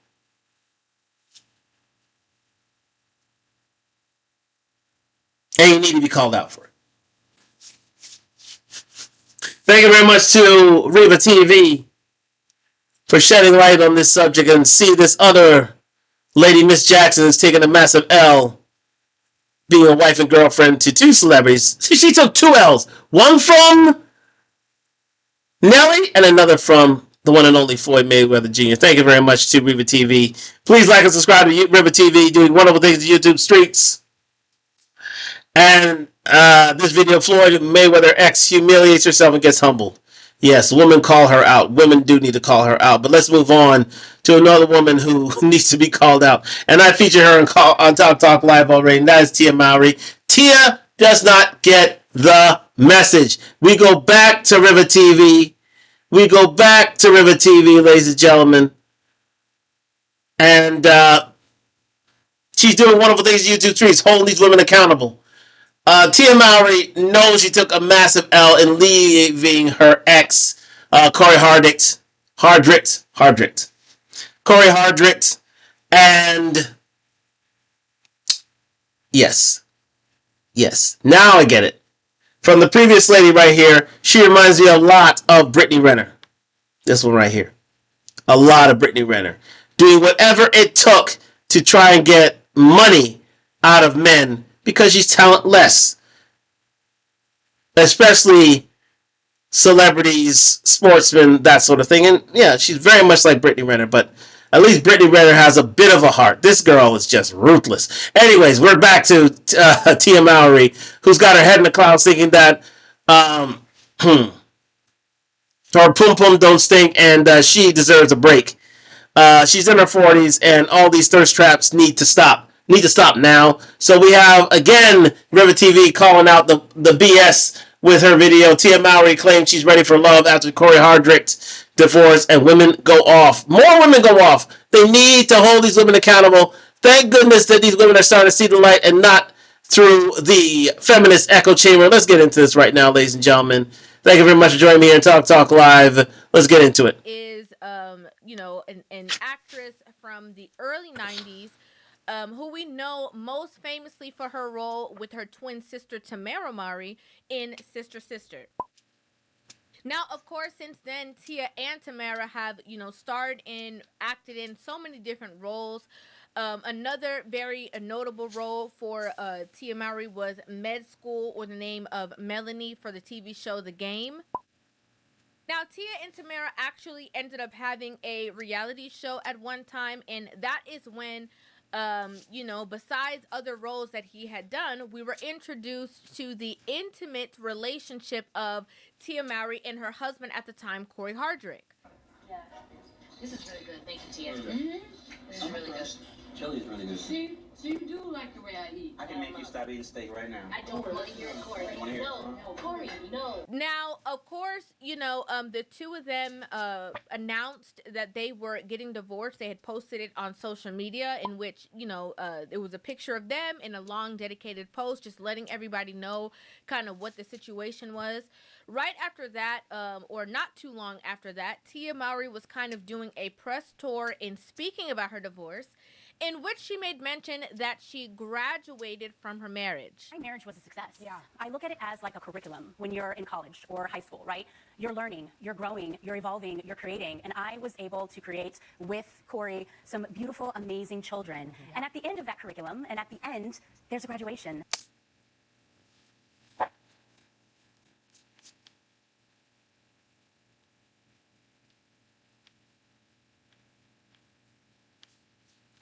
This woman right here. There we go. That's a better picture. This woman right here thought that she was owed another chance of a relationship, and again, she's part of the feminist echo chamber. She's well and truly able to do it. But karma has a way of level setting. There's a new saying that men will sacrifice their happiness for their families, and women will sacrifice their families for themselves. That's exactly what happened here in the case of Tia Mowry. She had, from all appearances, a fantastic home life, a devoted husband, great kids, yet she decided to say to herself, no, I deserve more. I'm putting me first. Well, I'm putting me first and my family second, and saying to myself, you know what? I'm going back out there. Which is her right.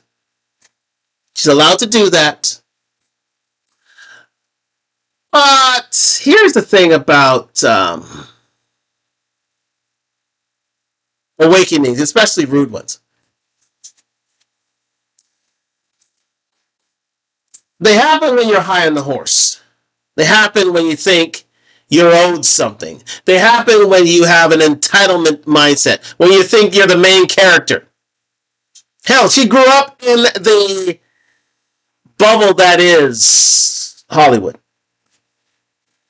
So she thought that she was deserving of something more, something better, something newer, a nice shiny new bauble, a nice shiny new relationship where she's the main character, where she's not in the background of her family. No, that's what she thought. Okay. The problem is, when you get back in these streets and you think that you are deserving of something more, be careful what you wish for, is all I'm saying. Because you just might get it. Let's continue. When you're in college or high school, right? You're learning, you're growing, you're evolving, you're creating. And I was able to create with Corey some beautiful, amazing children. And at the end of that curriculum, and at the end, there's a graduation. Now, y'all, since then, that's all Tia been talking about. Okay? Since that day that Tia was talking about the marriage graduation, that is all we have talked about in regards to Tia. Like, it will be like, new movie role, back to the divorce. New product line, back to the divorce. New, it always centers back to that. And her social media presence, which is very impressive. Okay, the amount of posting that she does on all of her social media platforms is very impressive. because it always, again, is centered around love, relationships, the lack thereof, her single life, like everything. Just remember that you're the prize always. Say that one more time. Just remember that you are the prize. So, what do you do for work? Do you like it? Do you like it? It got worse, but I feel like it's about to get worse. Now that sparked a whole entire situation in which Tia ended up having a TV show called My Next Act, in which she basically documented her life again after divorce and being single and all the same things that she portrays in posts and stuff like that on social media, just like on a broader scale. I'm ready to share my story. I'm so excited about my future now. I am ready for my next act. So now, presently, as of yesterday, okay, Tia Mowry decides to make a post on her social media that all the blogs picked up and went viral. And again, this is her basically making a proclamation that she is currently ready for love. So I'm going to go ahead and press play, pause, play, and give you guys my thoughts, my feelings, and my opinion on this entire situation. So as you can see, the effect starts off as somebody asking Tia a question. So it's like a text message that she would have gotten. And it says, "Hi, Tia, how are you doing? I'm thinking of you and checking in." And hey, here's the thing. It's fantasy.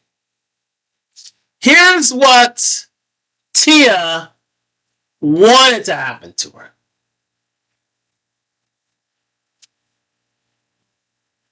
Not to say that, it doesn't happen to her. Now, again, she went from being a wife to a mattress actress. Very much like the one and only Tracy Ellis Ross. But, again, she was looking for love. She was looking for a new start. She was looking for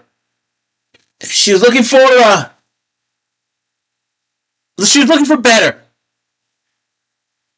And yet, we haven't seen it. So here she is trying to use her spin to saying that things are all right in there, and Prince Charming is checking in to see how she's doing, and that he's thinking of her.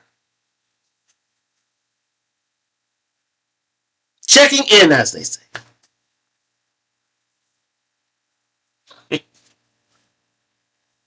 We know there's no person checking in. They may be checking out.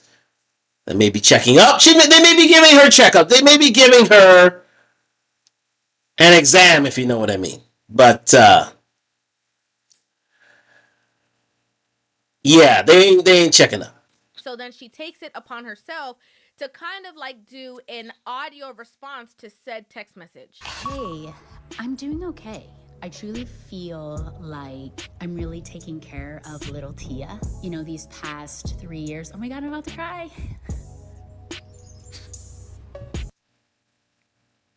Okay, listen. The reason why you guys see me making that face is not because I'm laughing at her crying presently, right? The reason why you guys see me making that face is because didn't Tia say this stuff already on a TV show? I'm just saying, I just want someone to hold.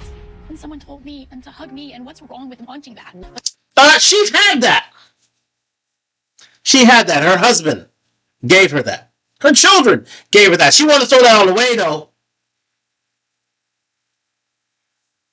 Because she was still chasing rainbows. She was still trying to get to the upper floor. She was still trying to reach the top of the mountain, but she's already climbed to the summit. Why would she try to do it again? She's too old and she's too infertile. Why the hell would she try to do it again? Sometimes you gotta know when to say when. Apparently, Tia does not know when. She's grown up in the Hollywood bubble. She thinks that she's entitled to more. And she's got main character syndrome. She thinks, I am owed this. I deserve this. I'm putting me first. Me. Yeah, she's at the side of the road crying. Do I care? Nope. Because God gave her everything she needed, everything she wanted, but nah, she wanted more. It's okay. God got a plan for you. The one thing that I don't have is love, and that's the one thing that I want more than anything. Wasn't the whole point of the TV show for her to say these exact same things? She said this stuff already. She cried about it already. Like, at this point, presently in the conversation now, I'm confused at how she's doing the same things that she did over a year ago on a TV show. But we're going to continue. Sorry. I really feel like in these past 3 years, I have gotten to know myself. There have been lots of moments of solitude and silence. I mean, maybe her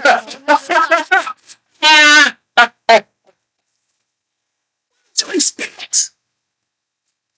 They're gonna have a parade on your behalf. You got a right. You have a right to hold your head in that. River. What you expect?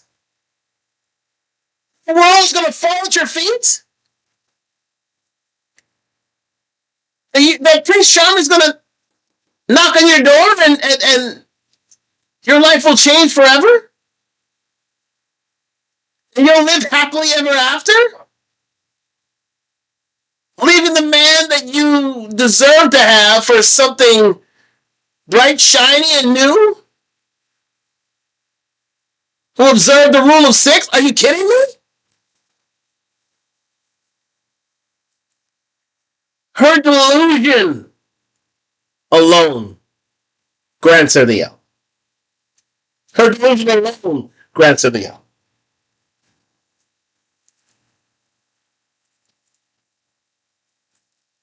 She cried herself to sleep at night, clearly. But she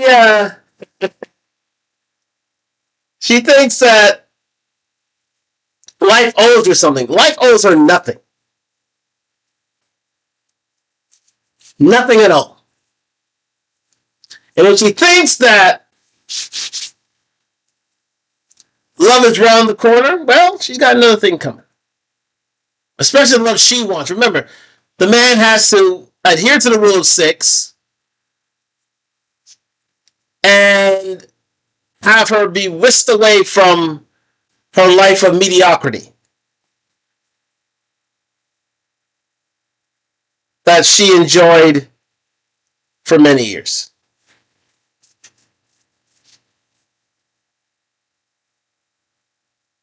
Absolute bullshit. That she thinks that she can walk off into the sunset, erase her family, and say to herself, "Oh, I deserve more. I can't even compel to say it. It's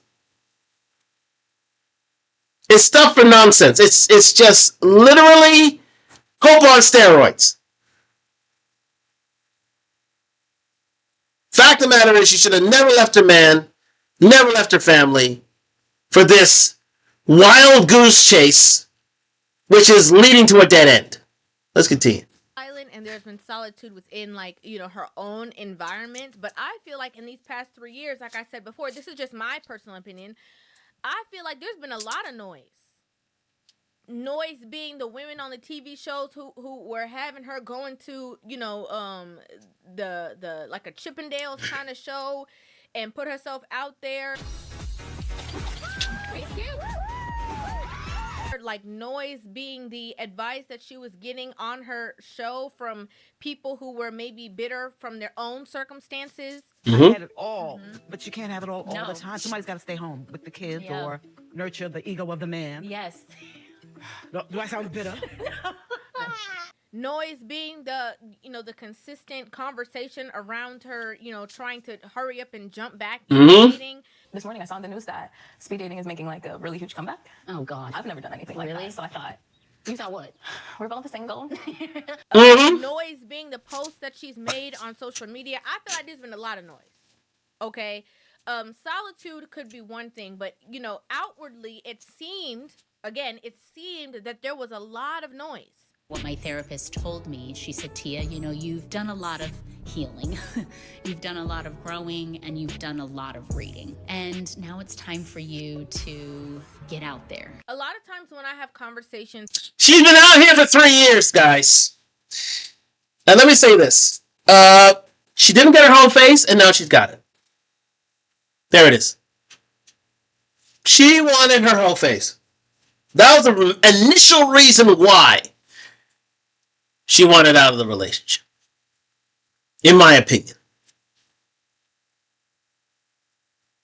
She married young, stayed in relationships, had her children. Now she's in her 40s. She just wants her whole face. So she got her whole face. There are a lot of women out there like that who marry young and say to themselves, you know what, I need a whole face. That's why she's putting herself work, and she's graduated to this level of delusion. But she wants her whole face. So let her have her whole face. But realize when you're a hoe,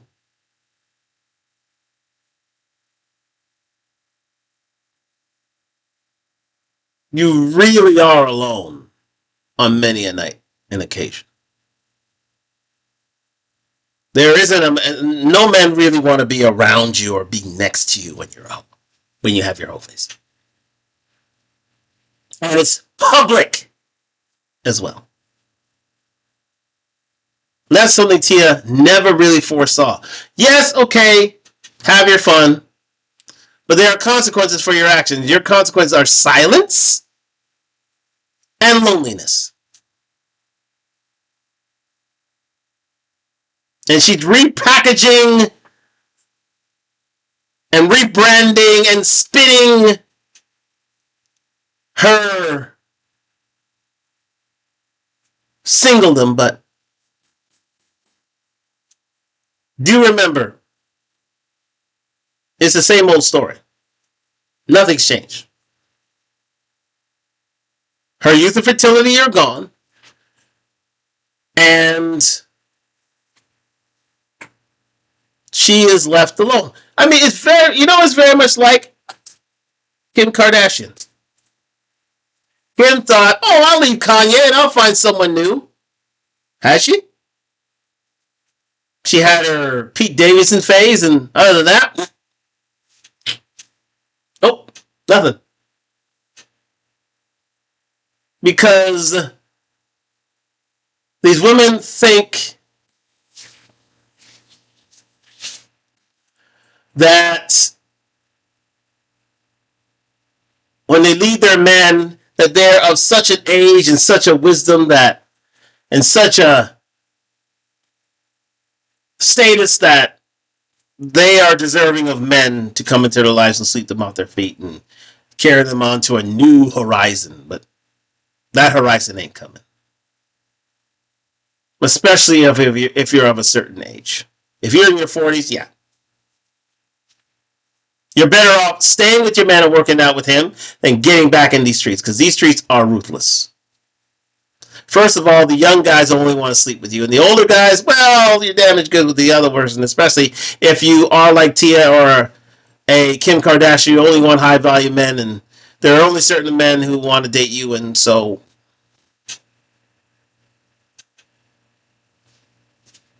that's that. That's that. I don't know why you're back in these streets. You should have stayed married. Tia should have stayed married. All right, let's finish up.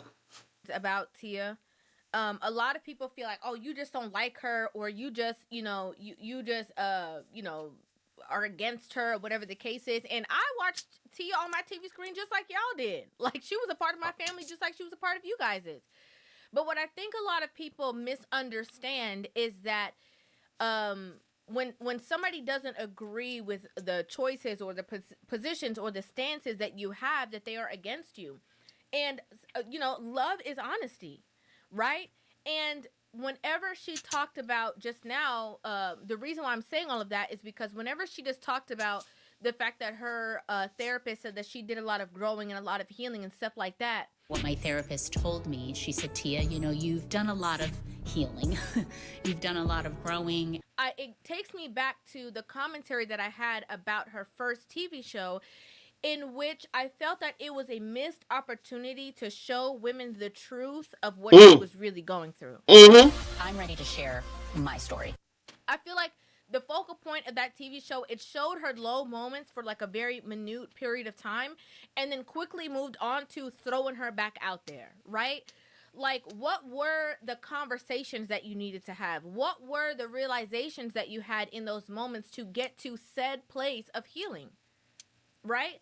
Because in my opinion, I feel like, you know, anything that people do, it can be a learning experience. And what I've seen personally from this experience is that a lot of women actually learned the you know, a contrary thing from Tia's situation.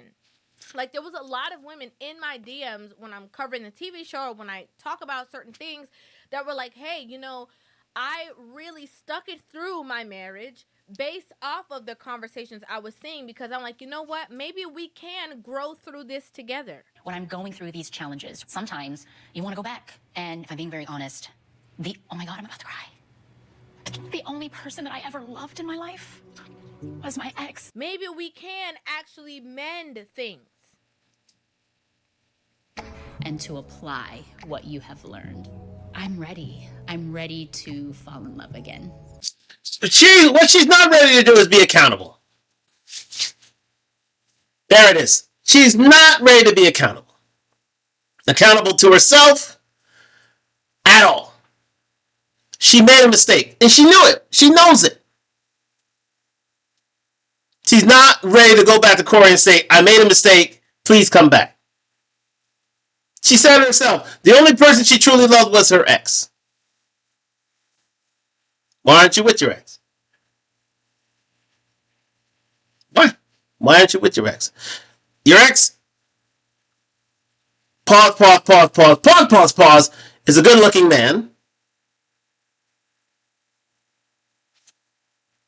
who wholeheartedly, if he's back on the market, believe me, no stopping him.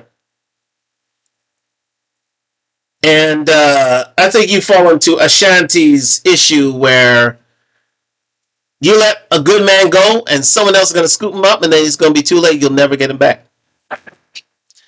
If I were you, I would not be walking. I'd be running back to Corey Hardrick.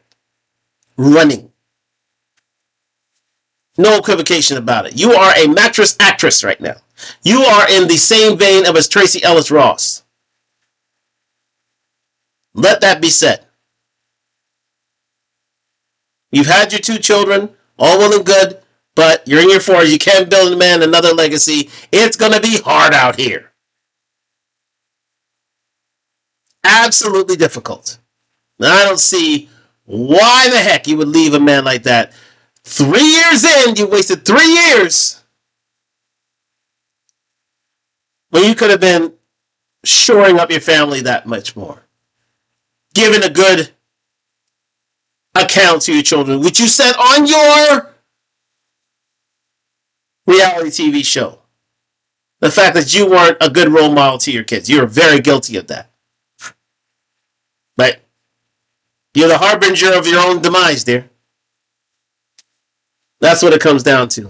And all the cope that you can muster can never erase that. Let's continue. Like, I am ready for love. Yeah, I'm ready. Now, a lot of people feel like this is maybe an advertisement for a new TV show, possibly like some kind of like dating show or whatever that she's going to be doing, which again, I thought the last one was that. You know, the last. This is cope. Ladies and gentlemen, let it be said, that is cope. This is cope. There's no reality TV show coming back. There's no second or third season of whatever she did there. No. This is cope. This is her talking to her therapist and said, okay, well, here, let's spin this a new way and see how that goes. She's back at it again. Give her full credit. You know, she's got that gumption she needs in order to succeed. However, she's not going to succeed, guys. I'll lay dollars to donuts that she will not succeed. And if she does, it's very short term. If Kim Kardashian can succeed, what makes her say that she can? We're going to leave that right here because there's nothing really much to say about Tia Mowry. Tia Mowry will, as you see right here, she's hit the wall. Tia Mowry has hit the wall. And it's about time she realizes that. So thank you very much to River TV. I don't need to go any further on this woman. This woman is just... It's a mess. She needs to go back and repent to her husband and try to build back her family. But finally, ladies and gentlemen, the pièce de résistance, the reason why we're here tonight. Our special guest star tonight, Laura Harvey. Laura Harvey. Lori Harvey. Hell, I don't even know her name. What? She ain't got no talent. She is her stepdad is, the talented one.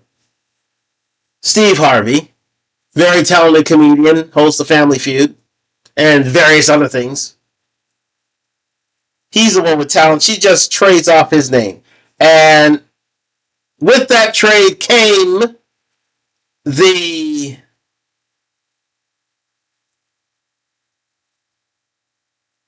privilege of dating one of the more eligible bachelors in Hollywood. That was Michael B. Jordan.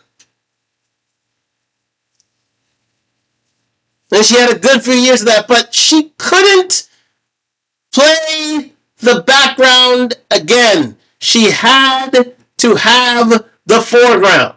Even though she was talentless, and all she had was her good looks. She's very much like Miss Jackson. Talentless with good looks. And a name behind her. That's it. It was Michael B. Jordan who was the driver of the relationship. And he literally sunk all of his love and affection into this woman, but she took it for granted. She needed to move on. He wasn't large enough, and let's see the revenge tour right now. With the video, Lori Harvey, never expected this from Michael B. Jordan. Let's get into it with the one and only OC Duke Jackson, do wonderful things in YouTube streets. Let's go. It's something that's hard to do. Not because you just love them or you miss them or you had good times with them. It's just the whole idea that, man, you had a bad one and you didn't fumbled her. How did you let her go? He's right, And this is a situation that most likely happened to Michael B. Jordan. They broke up in June 2022 after about a year and a half together, and it was a lot of support behind this relationship. It was like the new black love. And we all know how those relationships can pan out. People start rooting behind you. Same thing with like Tia Mowry, Corey Hardrick, Papoose, and Remy Ma. Michael B. Jordan and Lori Harvey was the next big couple that the community wanted to see to come together. But all things eventually come to an end. And afterwards, Michael B. Jordan took a lot of heat from Lori Harvey's fans, Lori Harvey herself, Lori Harvey's mom, a lot of cryptic posts being put out there. And again, when you're a successful black man like Michael B. Jordan, you're not allowed to be petty. Like, just think about it. Whenever Tia Mowry is dissing Corey Hardrick or talking about she's not going back to a situation that doesn't serve her, you think that Corey Hardrick isn't upset? You think that he doesn't want to say anything back? But you want to know what? He can't say anything back. How dare a black man in the industry respond to a black woman who's throwing shots at him?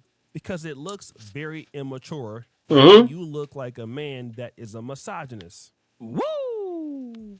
Yeah, you gotta suffer the silence as a man. You do. Especially in these breakups. I've been there. I've seen it. Where I've had to suffer in silence for a breakup when a woman was shooting shots at me and accusing me of different things. If you've ever been in love or been in a bad relationship, this is the problem. And there's no winning in mudslinging with your ex. Because you're supposed to be the bigger man. You're supposed to be the strong, silent type. That's what Corey Hardrick had to be. That's what Michael B. Jordan had to be. The strong, silent type.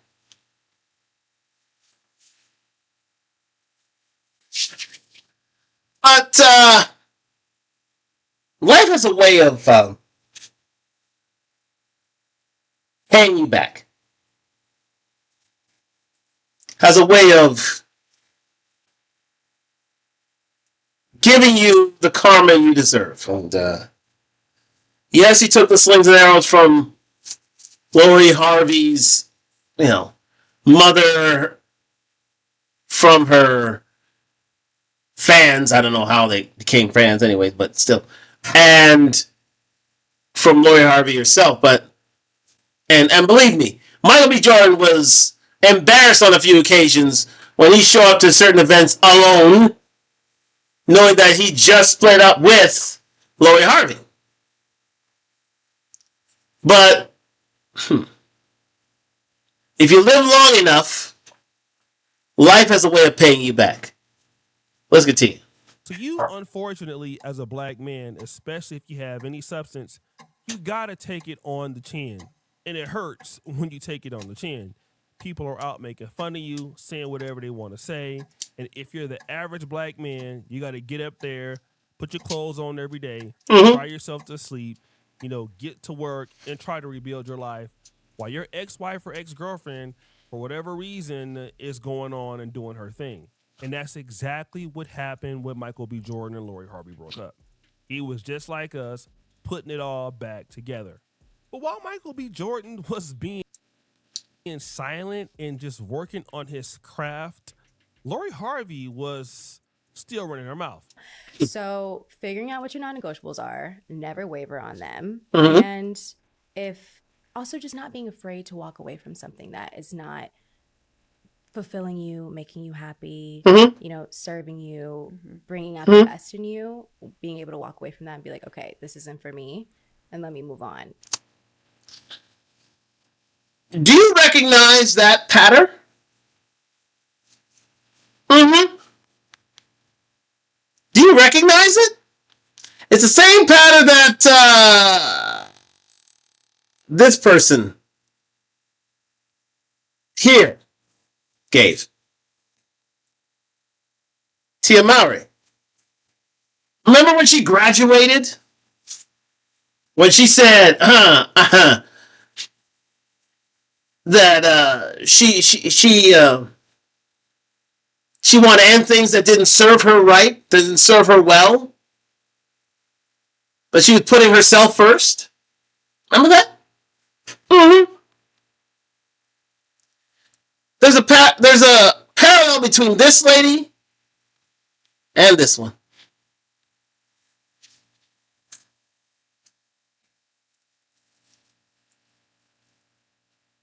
Don't be afraid to walk away from something that isn't serving you. Michael B. Jordan, sorry, not Michael Jackson, sorry. R.I.P. to the King of Pop. Michael B. Jordan pedestalized this woman. And when you treat a woman like a star, she'll treat you like a fan.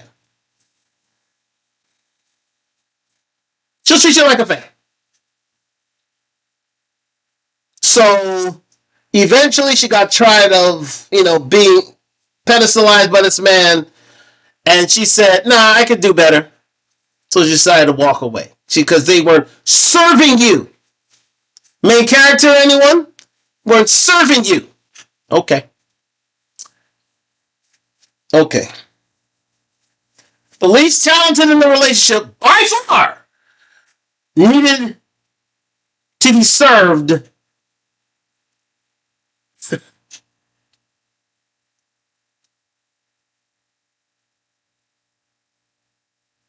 and served incessantly. Make that make sense. And not feeling any shame about that. I feel like as women, they try to shame us into, you have to stay with this one person, or no, because what are people going to think? F what people think. It's your life, and you have to be happy, and you have to be good with that at the end of the day. So whatever that looks like, go do that. And she literally just couldn't stop. Ding Dong has the nerve to get online and say that she left a good man to chase better options. Yep. But yet she still ain't upgraded shit. Like, who did she upgrade? I Even the women had to call her out and say, who is the better option? Damson Idris. Okay, Damson Idris is a good actor, but he ain't no Michael B. Jordan. Let me say that right now. That is a downgrade.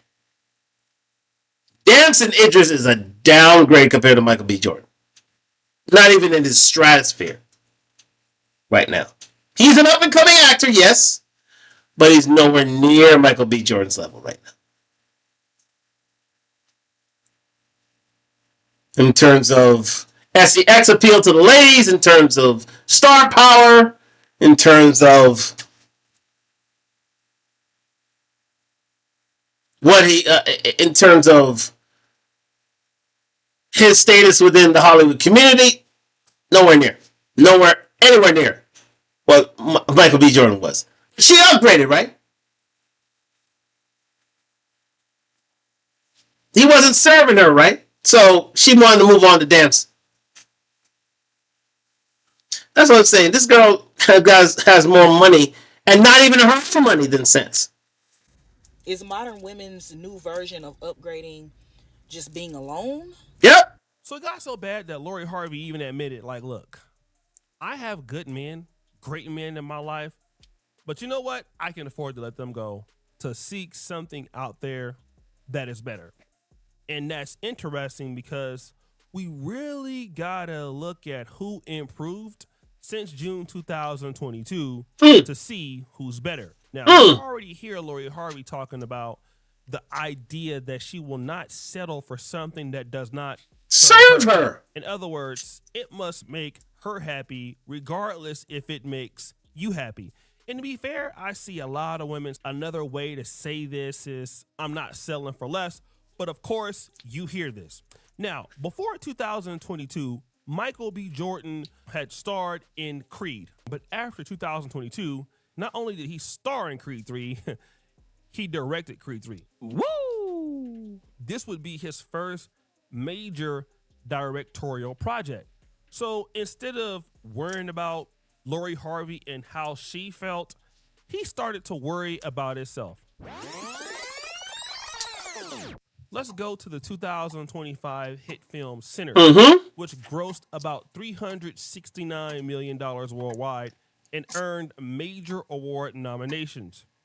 He continued to headline studio films and big-time projects, and he focused heavily on the work, and he had what? A lot of work opportunities. See, this is what I want to talk about as black men. And being a middle-aged guy, I understand some of my shortcomings, and I want to express those to you. I've had my heart broke. I felt so bad about everything, and I started to be very, very bitter, not only towards women sometimes, but just towards people in general. And the reality is that bitterness can halt your opportunities. Just because you've had a bad experience, just because a woman has broken your heart, just because a woman did not see your value, it does not give you the institutional right to start being bitter. Because being bitter doesn't hurt anybody but yourself. What you should be more concerned with is heavily working on yourself and giving the world a chance to give you all the things that you want, despite focusing on negative situations and problematic circumstances. If a woman doesn't see your value, cool. If a brand doesn't see your value, cool. If a business partner doesn't see your value, cool. You can never help how they see you, but you can help how you see yourself. And how you see yourself ultimately changes, and it compounds over time how other people will see you. So when you're good, you're focused, you have a right attitude, you can accept that somebody screwed you over, it's okay. People will give you more opportunities because you're focused on always delivering value. You see. Okay. OC Direction is right. Once you've been hit with a setback, you got to keep on living. You got to keep on living. You gotta keep on living. When Lori Harvey thought that she was one-upping Michael B. Jordan by leaving him saying, oh, he wasn't serving me. Time for me to get a bigger and better prize. He said, no, I'm going to keep on living. I'm going to keep on working. Keep my mind on the, keep my mind on my money, on my mind, and keep moving forward. You know what? Karma is a way of paying you back. That's why this is, I would say next to Cardi B, the ultimate L of 2026. Lori Harvey is the ultimate L of 2026. Bar none. When you have a man that is darn near an Oscar for Best Actor, he is in the running. And believe me, he is going to get really close. It's between him and Tim Chalamet. They're going to get really close to winning that Oscar. There's no one even close to them. Those are the two front runners. And if he ever wins the Oscar for Best Actor in a film, in a major motion picture, that is the ultimate, and I do mean the ultimate, karma against Lori Harvey. She can never live that down. She definitely doesn't want this man to win an Oscar. And believe me, it'll happen soon, but because the notoriety he's getting now, he's already putting that girl in the shade. It's already. You'll see it as we move on forward. She's already done for out here. She can never reach the echelons that Michael B. Jordan would have provided her if she stayed fit, feminine, friendly, cooperative, submissive to her man. But no, she had to be the least talented main character ever seen in Hollywood.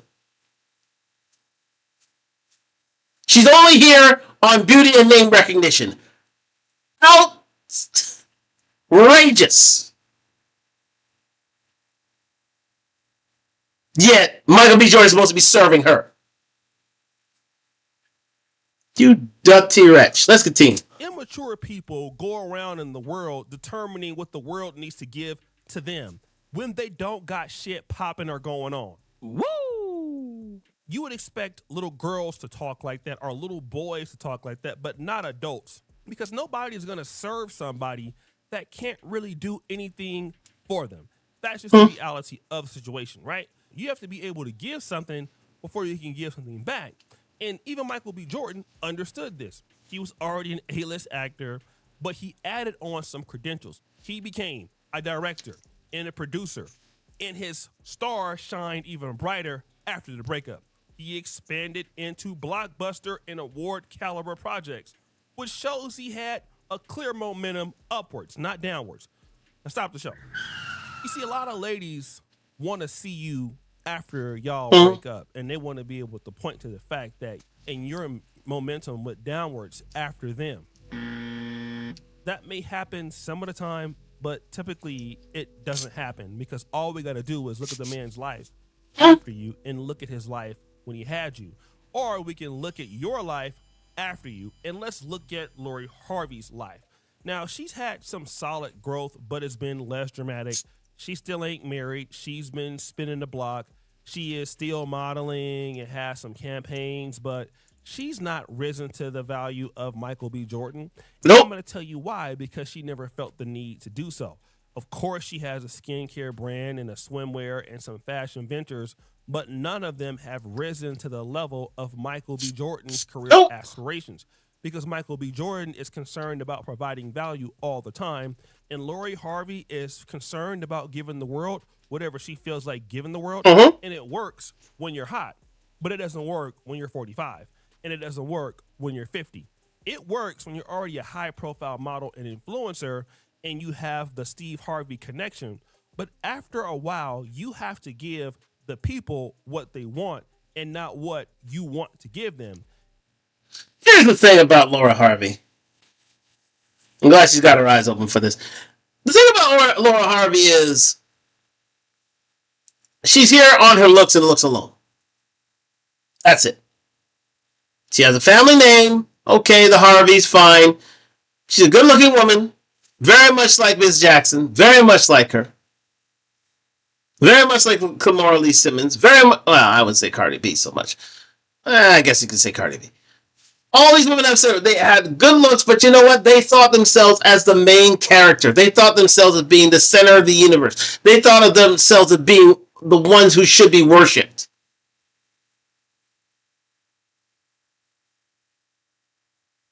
But the talented men in their lives, or used to be in their lives, showed them different. It's only through hard work and God's grace that you are given an elevated position. And that's exactly what's happened to Michael B. Jordan. And that's exactly why this woman is failing, not upward, but downward. She better consolidate where she can, marry someone with some money, and get out of this game quick, because I could see her future. Her future is Ebony K. Williams, if you think about it. It is.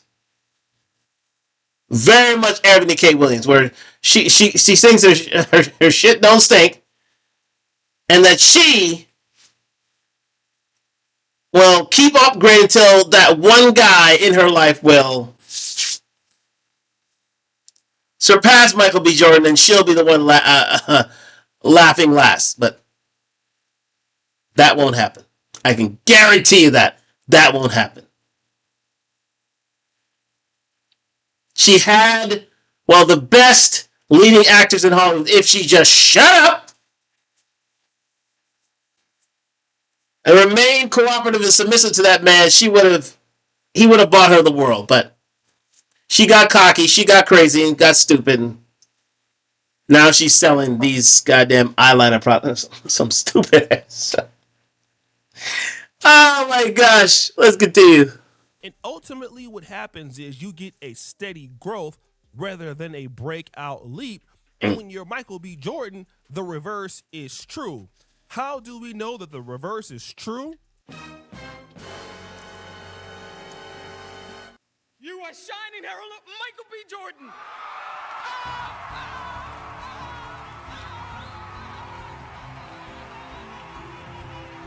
On March 1st, 2026, Michael B. Jordan would win some more awards.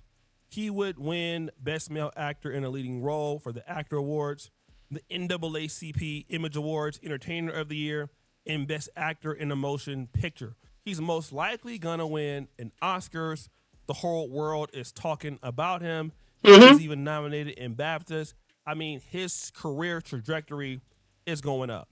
And his career trajectory is going up without Lori Harvey. And Lori Harvey is still talking about what somebody needs to give to her to be around her, and she's going to leave if you're not serving her. And this is instant karma. I love it. It took 4 years, but she got it. Just got to keep on living, because those you think you're better than will be better than you in due course. That's why you got to live right. This girl thought her shit don't stink. God showed her that, you fucked up. Yeah, you got a talented actor, but he ain't no Michael B. Jordan. Hell no. Even Dancing Idris himself is say, I ain't no Michael B. Jordan now. He's next level. But I think she left Dancing. I don't know what she's doing with her life, but anyway. She's still taking the massive L. And it will be seen this award season how much of an L she's taking. And it feels so good. Let's continue. Something that men got to understand. Men are not here to serve women. Woo! Yep. Men are here to reciprocate value with women. And that's a hard pill for some of these ladies to swallow. Unfortunately, trying to give value to somebody who thinks that they need to give it to you is a losing trend, because I'm going to tell you why. I don't care how fine the lady is. Typically, nobody is going to long term give her that value just based off GP. I mean, you see all these fine chicks all the time, all across the world, have a hard time getting married. Nobody takes them serious. And it's just because dealing with them is such a hassle that why are you there? And if you have your opportunities as a man, you're going to be able to go someplace anyway. And I'm telling this to the brothers out there that may have went through a hard breakup recently. You feel as if the world is against you. Women are treating you unfairly. Just trust me. It happens to everybody. Don't think that you're the only one that's going through it. We all go through it. I mean, I'm in my 40s and I probably might go through it again. It's just what happens in life. But you ultimately have the opportunity to change your situation. Even though the lady may not look at you as the best person to be in a relationship with, and a lot of that can be your fault, you do have the opportunity to do a few things. Number one, you can learn from it. Number two, you can grow from it. And number three, in whatever you're doing, whether it's at your job or in a private business or in just in general in the industry, you can create value. You can become valuable, right? And when you're valuable, people treat you differently. When you Well said there, but by Osei Duke Jackson. But I just want to get back to his one quote he had right about here. Let's go back. Men are not here to serve women. Woo! Men are here to reciprocate value with women. Let's end our closing argument right here.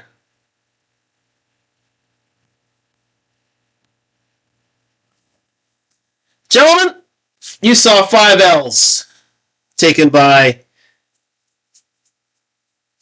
black celebrity wives and girlfriends in 2026. 5. But the last one is the what that I want you to take home with you, and that is this. Black men aren't here to serve women, because if we treat them like a star, they'll treat you like a fan. They don't like that. You have to lead. You have to be the leader in your relationship, not the other way around. A woman will not respect you if you're not a leader. She won't. Clearly, Lori Harvey truly believed that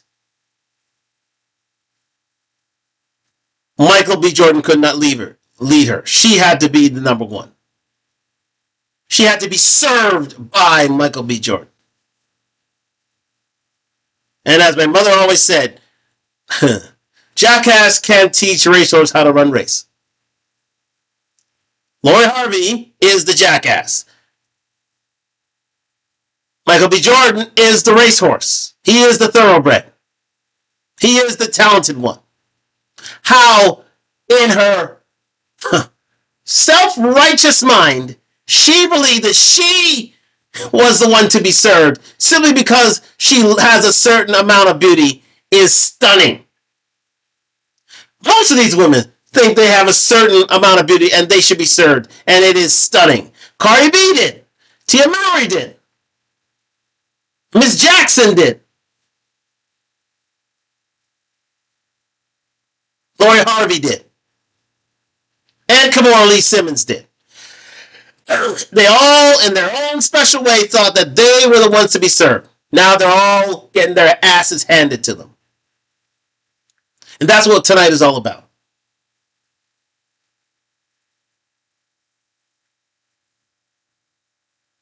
Never give these women thrones they don't deserve. Because it will take you away from your purpose. It will take you away from your craft. It'll take you away from your blessings. And you know what? You don't deserve that. Tonight was a cautionary tale on all these women who should have seen the forest for the trees instead of looking at themselves and realize that, hey, We could have avoided these L's. We could have. But they were only thinking of themselves at the end of the day. Via revenge through Cardi B, via, well, jealousy and love of riches, like the way Kimora Lee Simmons, via Tia Mowry and the fact that she should be loving herself, via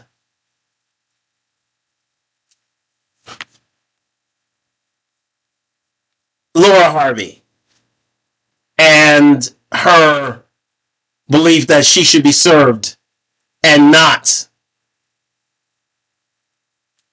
being the helpmate that she should have been. And listen, you can blame them for so long, but at the end of the day, they are part of the gynocracy, right? Miss Jackson. That's the last one. They are part of the gynocracy. And so they'll say and do anything in order to see themselves as being the head of the household, but they must never be given the satisfaction. If you are working on your craft, then you should be the one who's at the head of your household. And so, in highlighting the Black Celebrity Wags taking L's in 2026, I want you to realize that these L's were deserved and that you should not be cautionary tales such as these, because they will lie, cheat, steal, do whatever in order to get one up on the ship on you, but they should never be given the satisfaction. And if Lori Harvey and her compatriots showed is that women shouldn't run you, and that time has a way of allowing karma to balance the playing field. Thank you very much for joining me on Talk Talk Live. It was a bit of an extended version here, 2 hours 31 minutes. We're going to leave it right there. We'll be back with another show tomorrow, Wednesday, Thursday, Friday, and then we're going to go to a new schedule of Fridays and Saturday nights starting in middle of March. So do stay tuned for that, but look out for the promos starting tomorrow for the show on Thursday nights. But I am hungry and I am slightly tired, but I'm going to grab something to eat after a big night from these boys right here. And we're going to end it right there. But thank you very much for joining me here on Talk Talk Live on IG and YouTube. Like, subscribe, comment on the road to 1,000 subscribers. We will be back tomorrow night with a new show. And thank you very much for being back with me this week. And we will be continuing things going thereafter. But looking forward to speaking to you tomorrow on Talk Talk Live. So we're going to end it here. I need to grab something to eat before I head to bed. But I'm going to say good night here from Instagram. And good night on YouTube.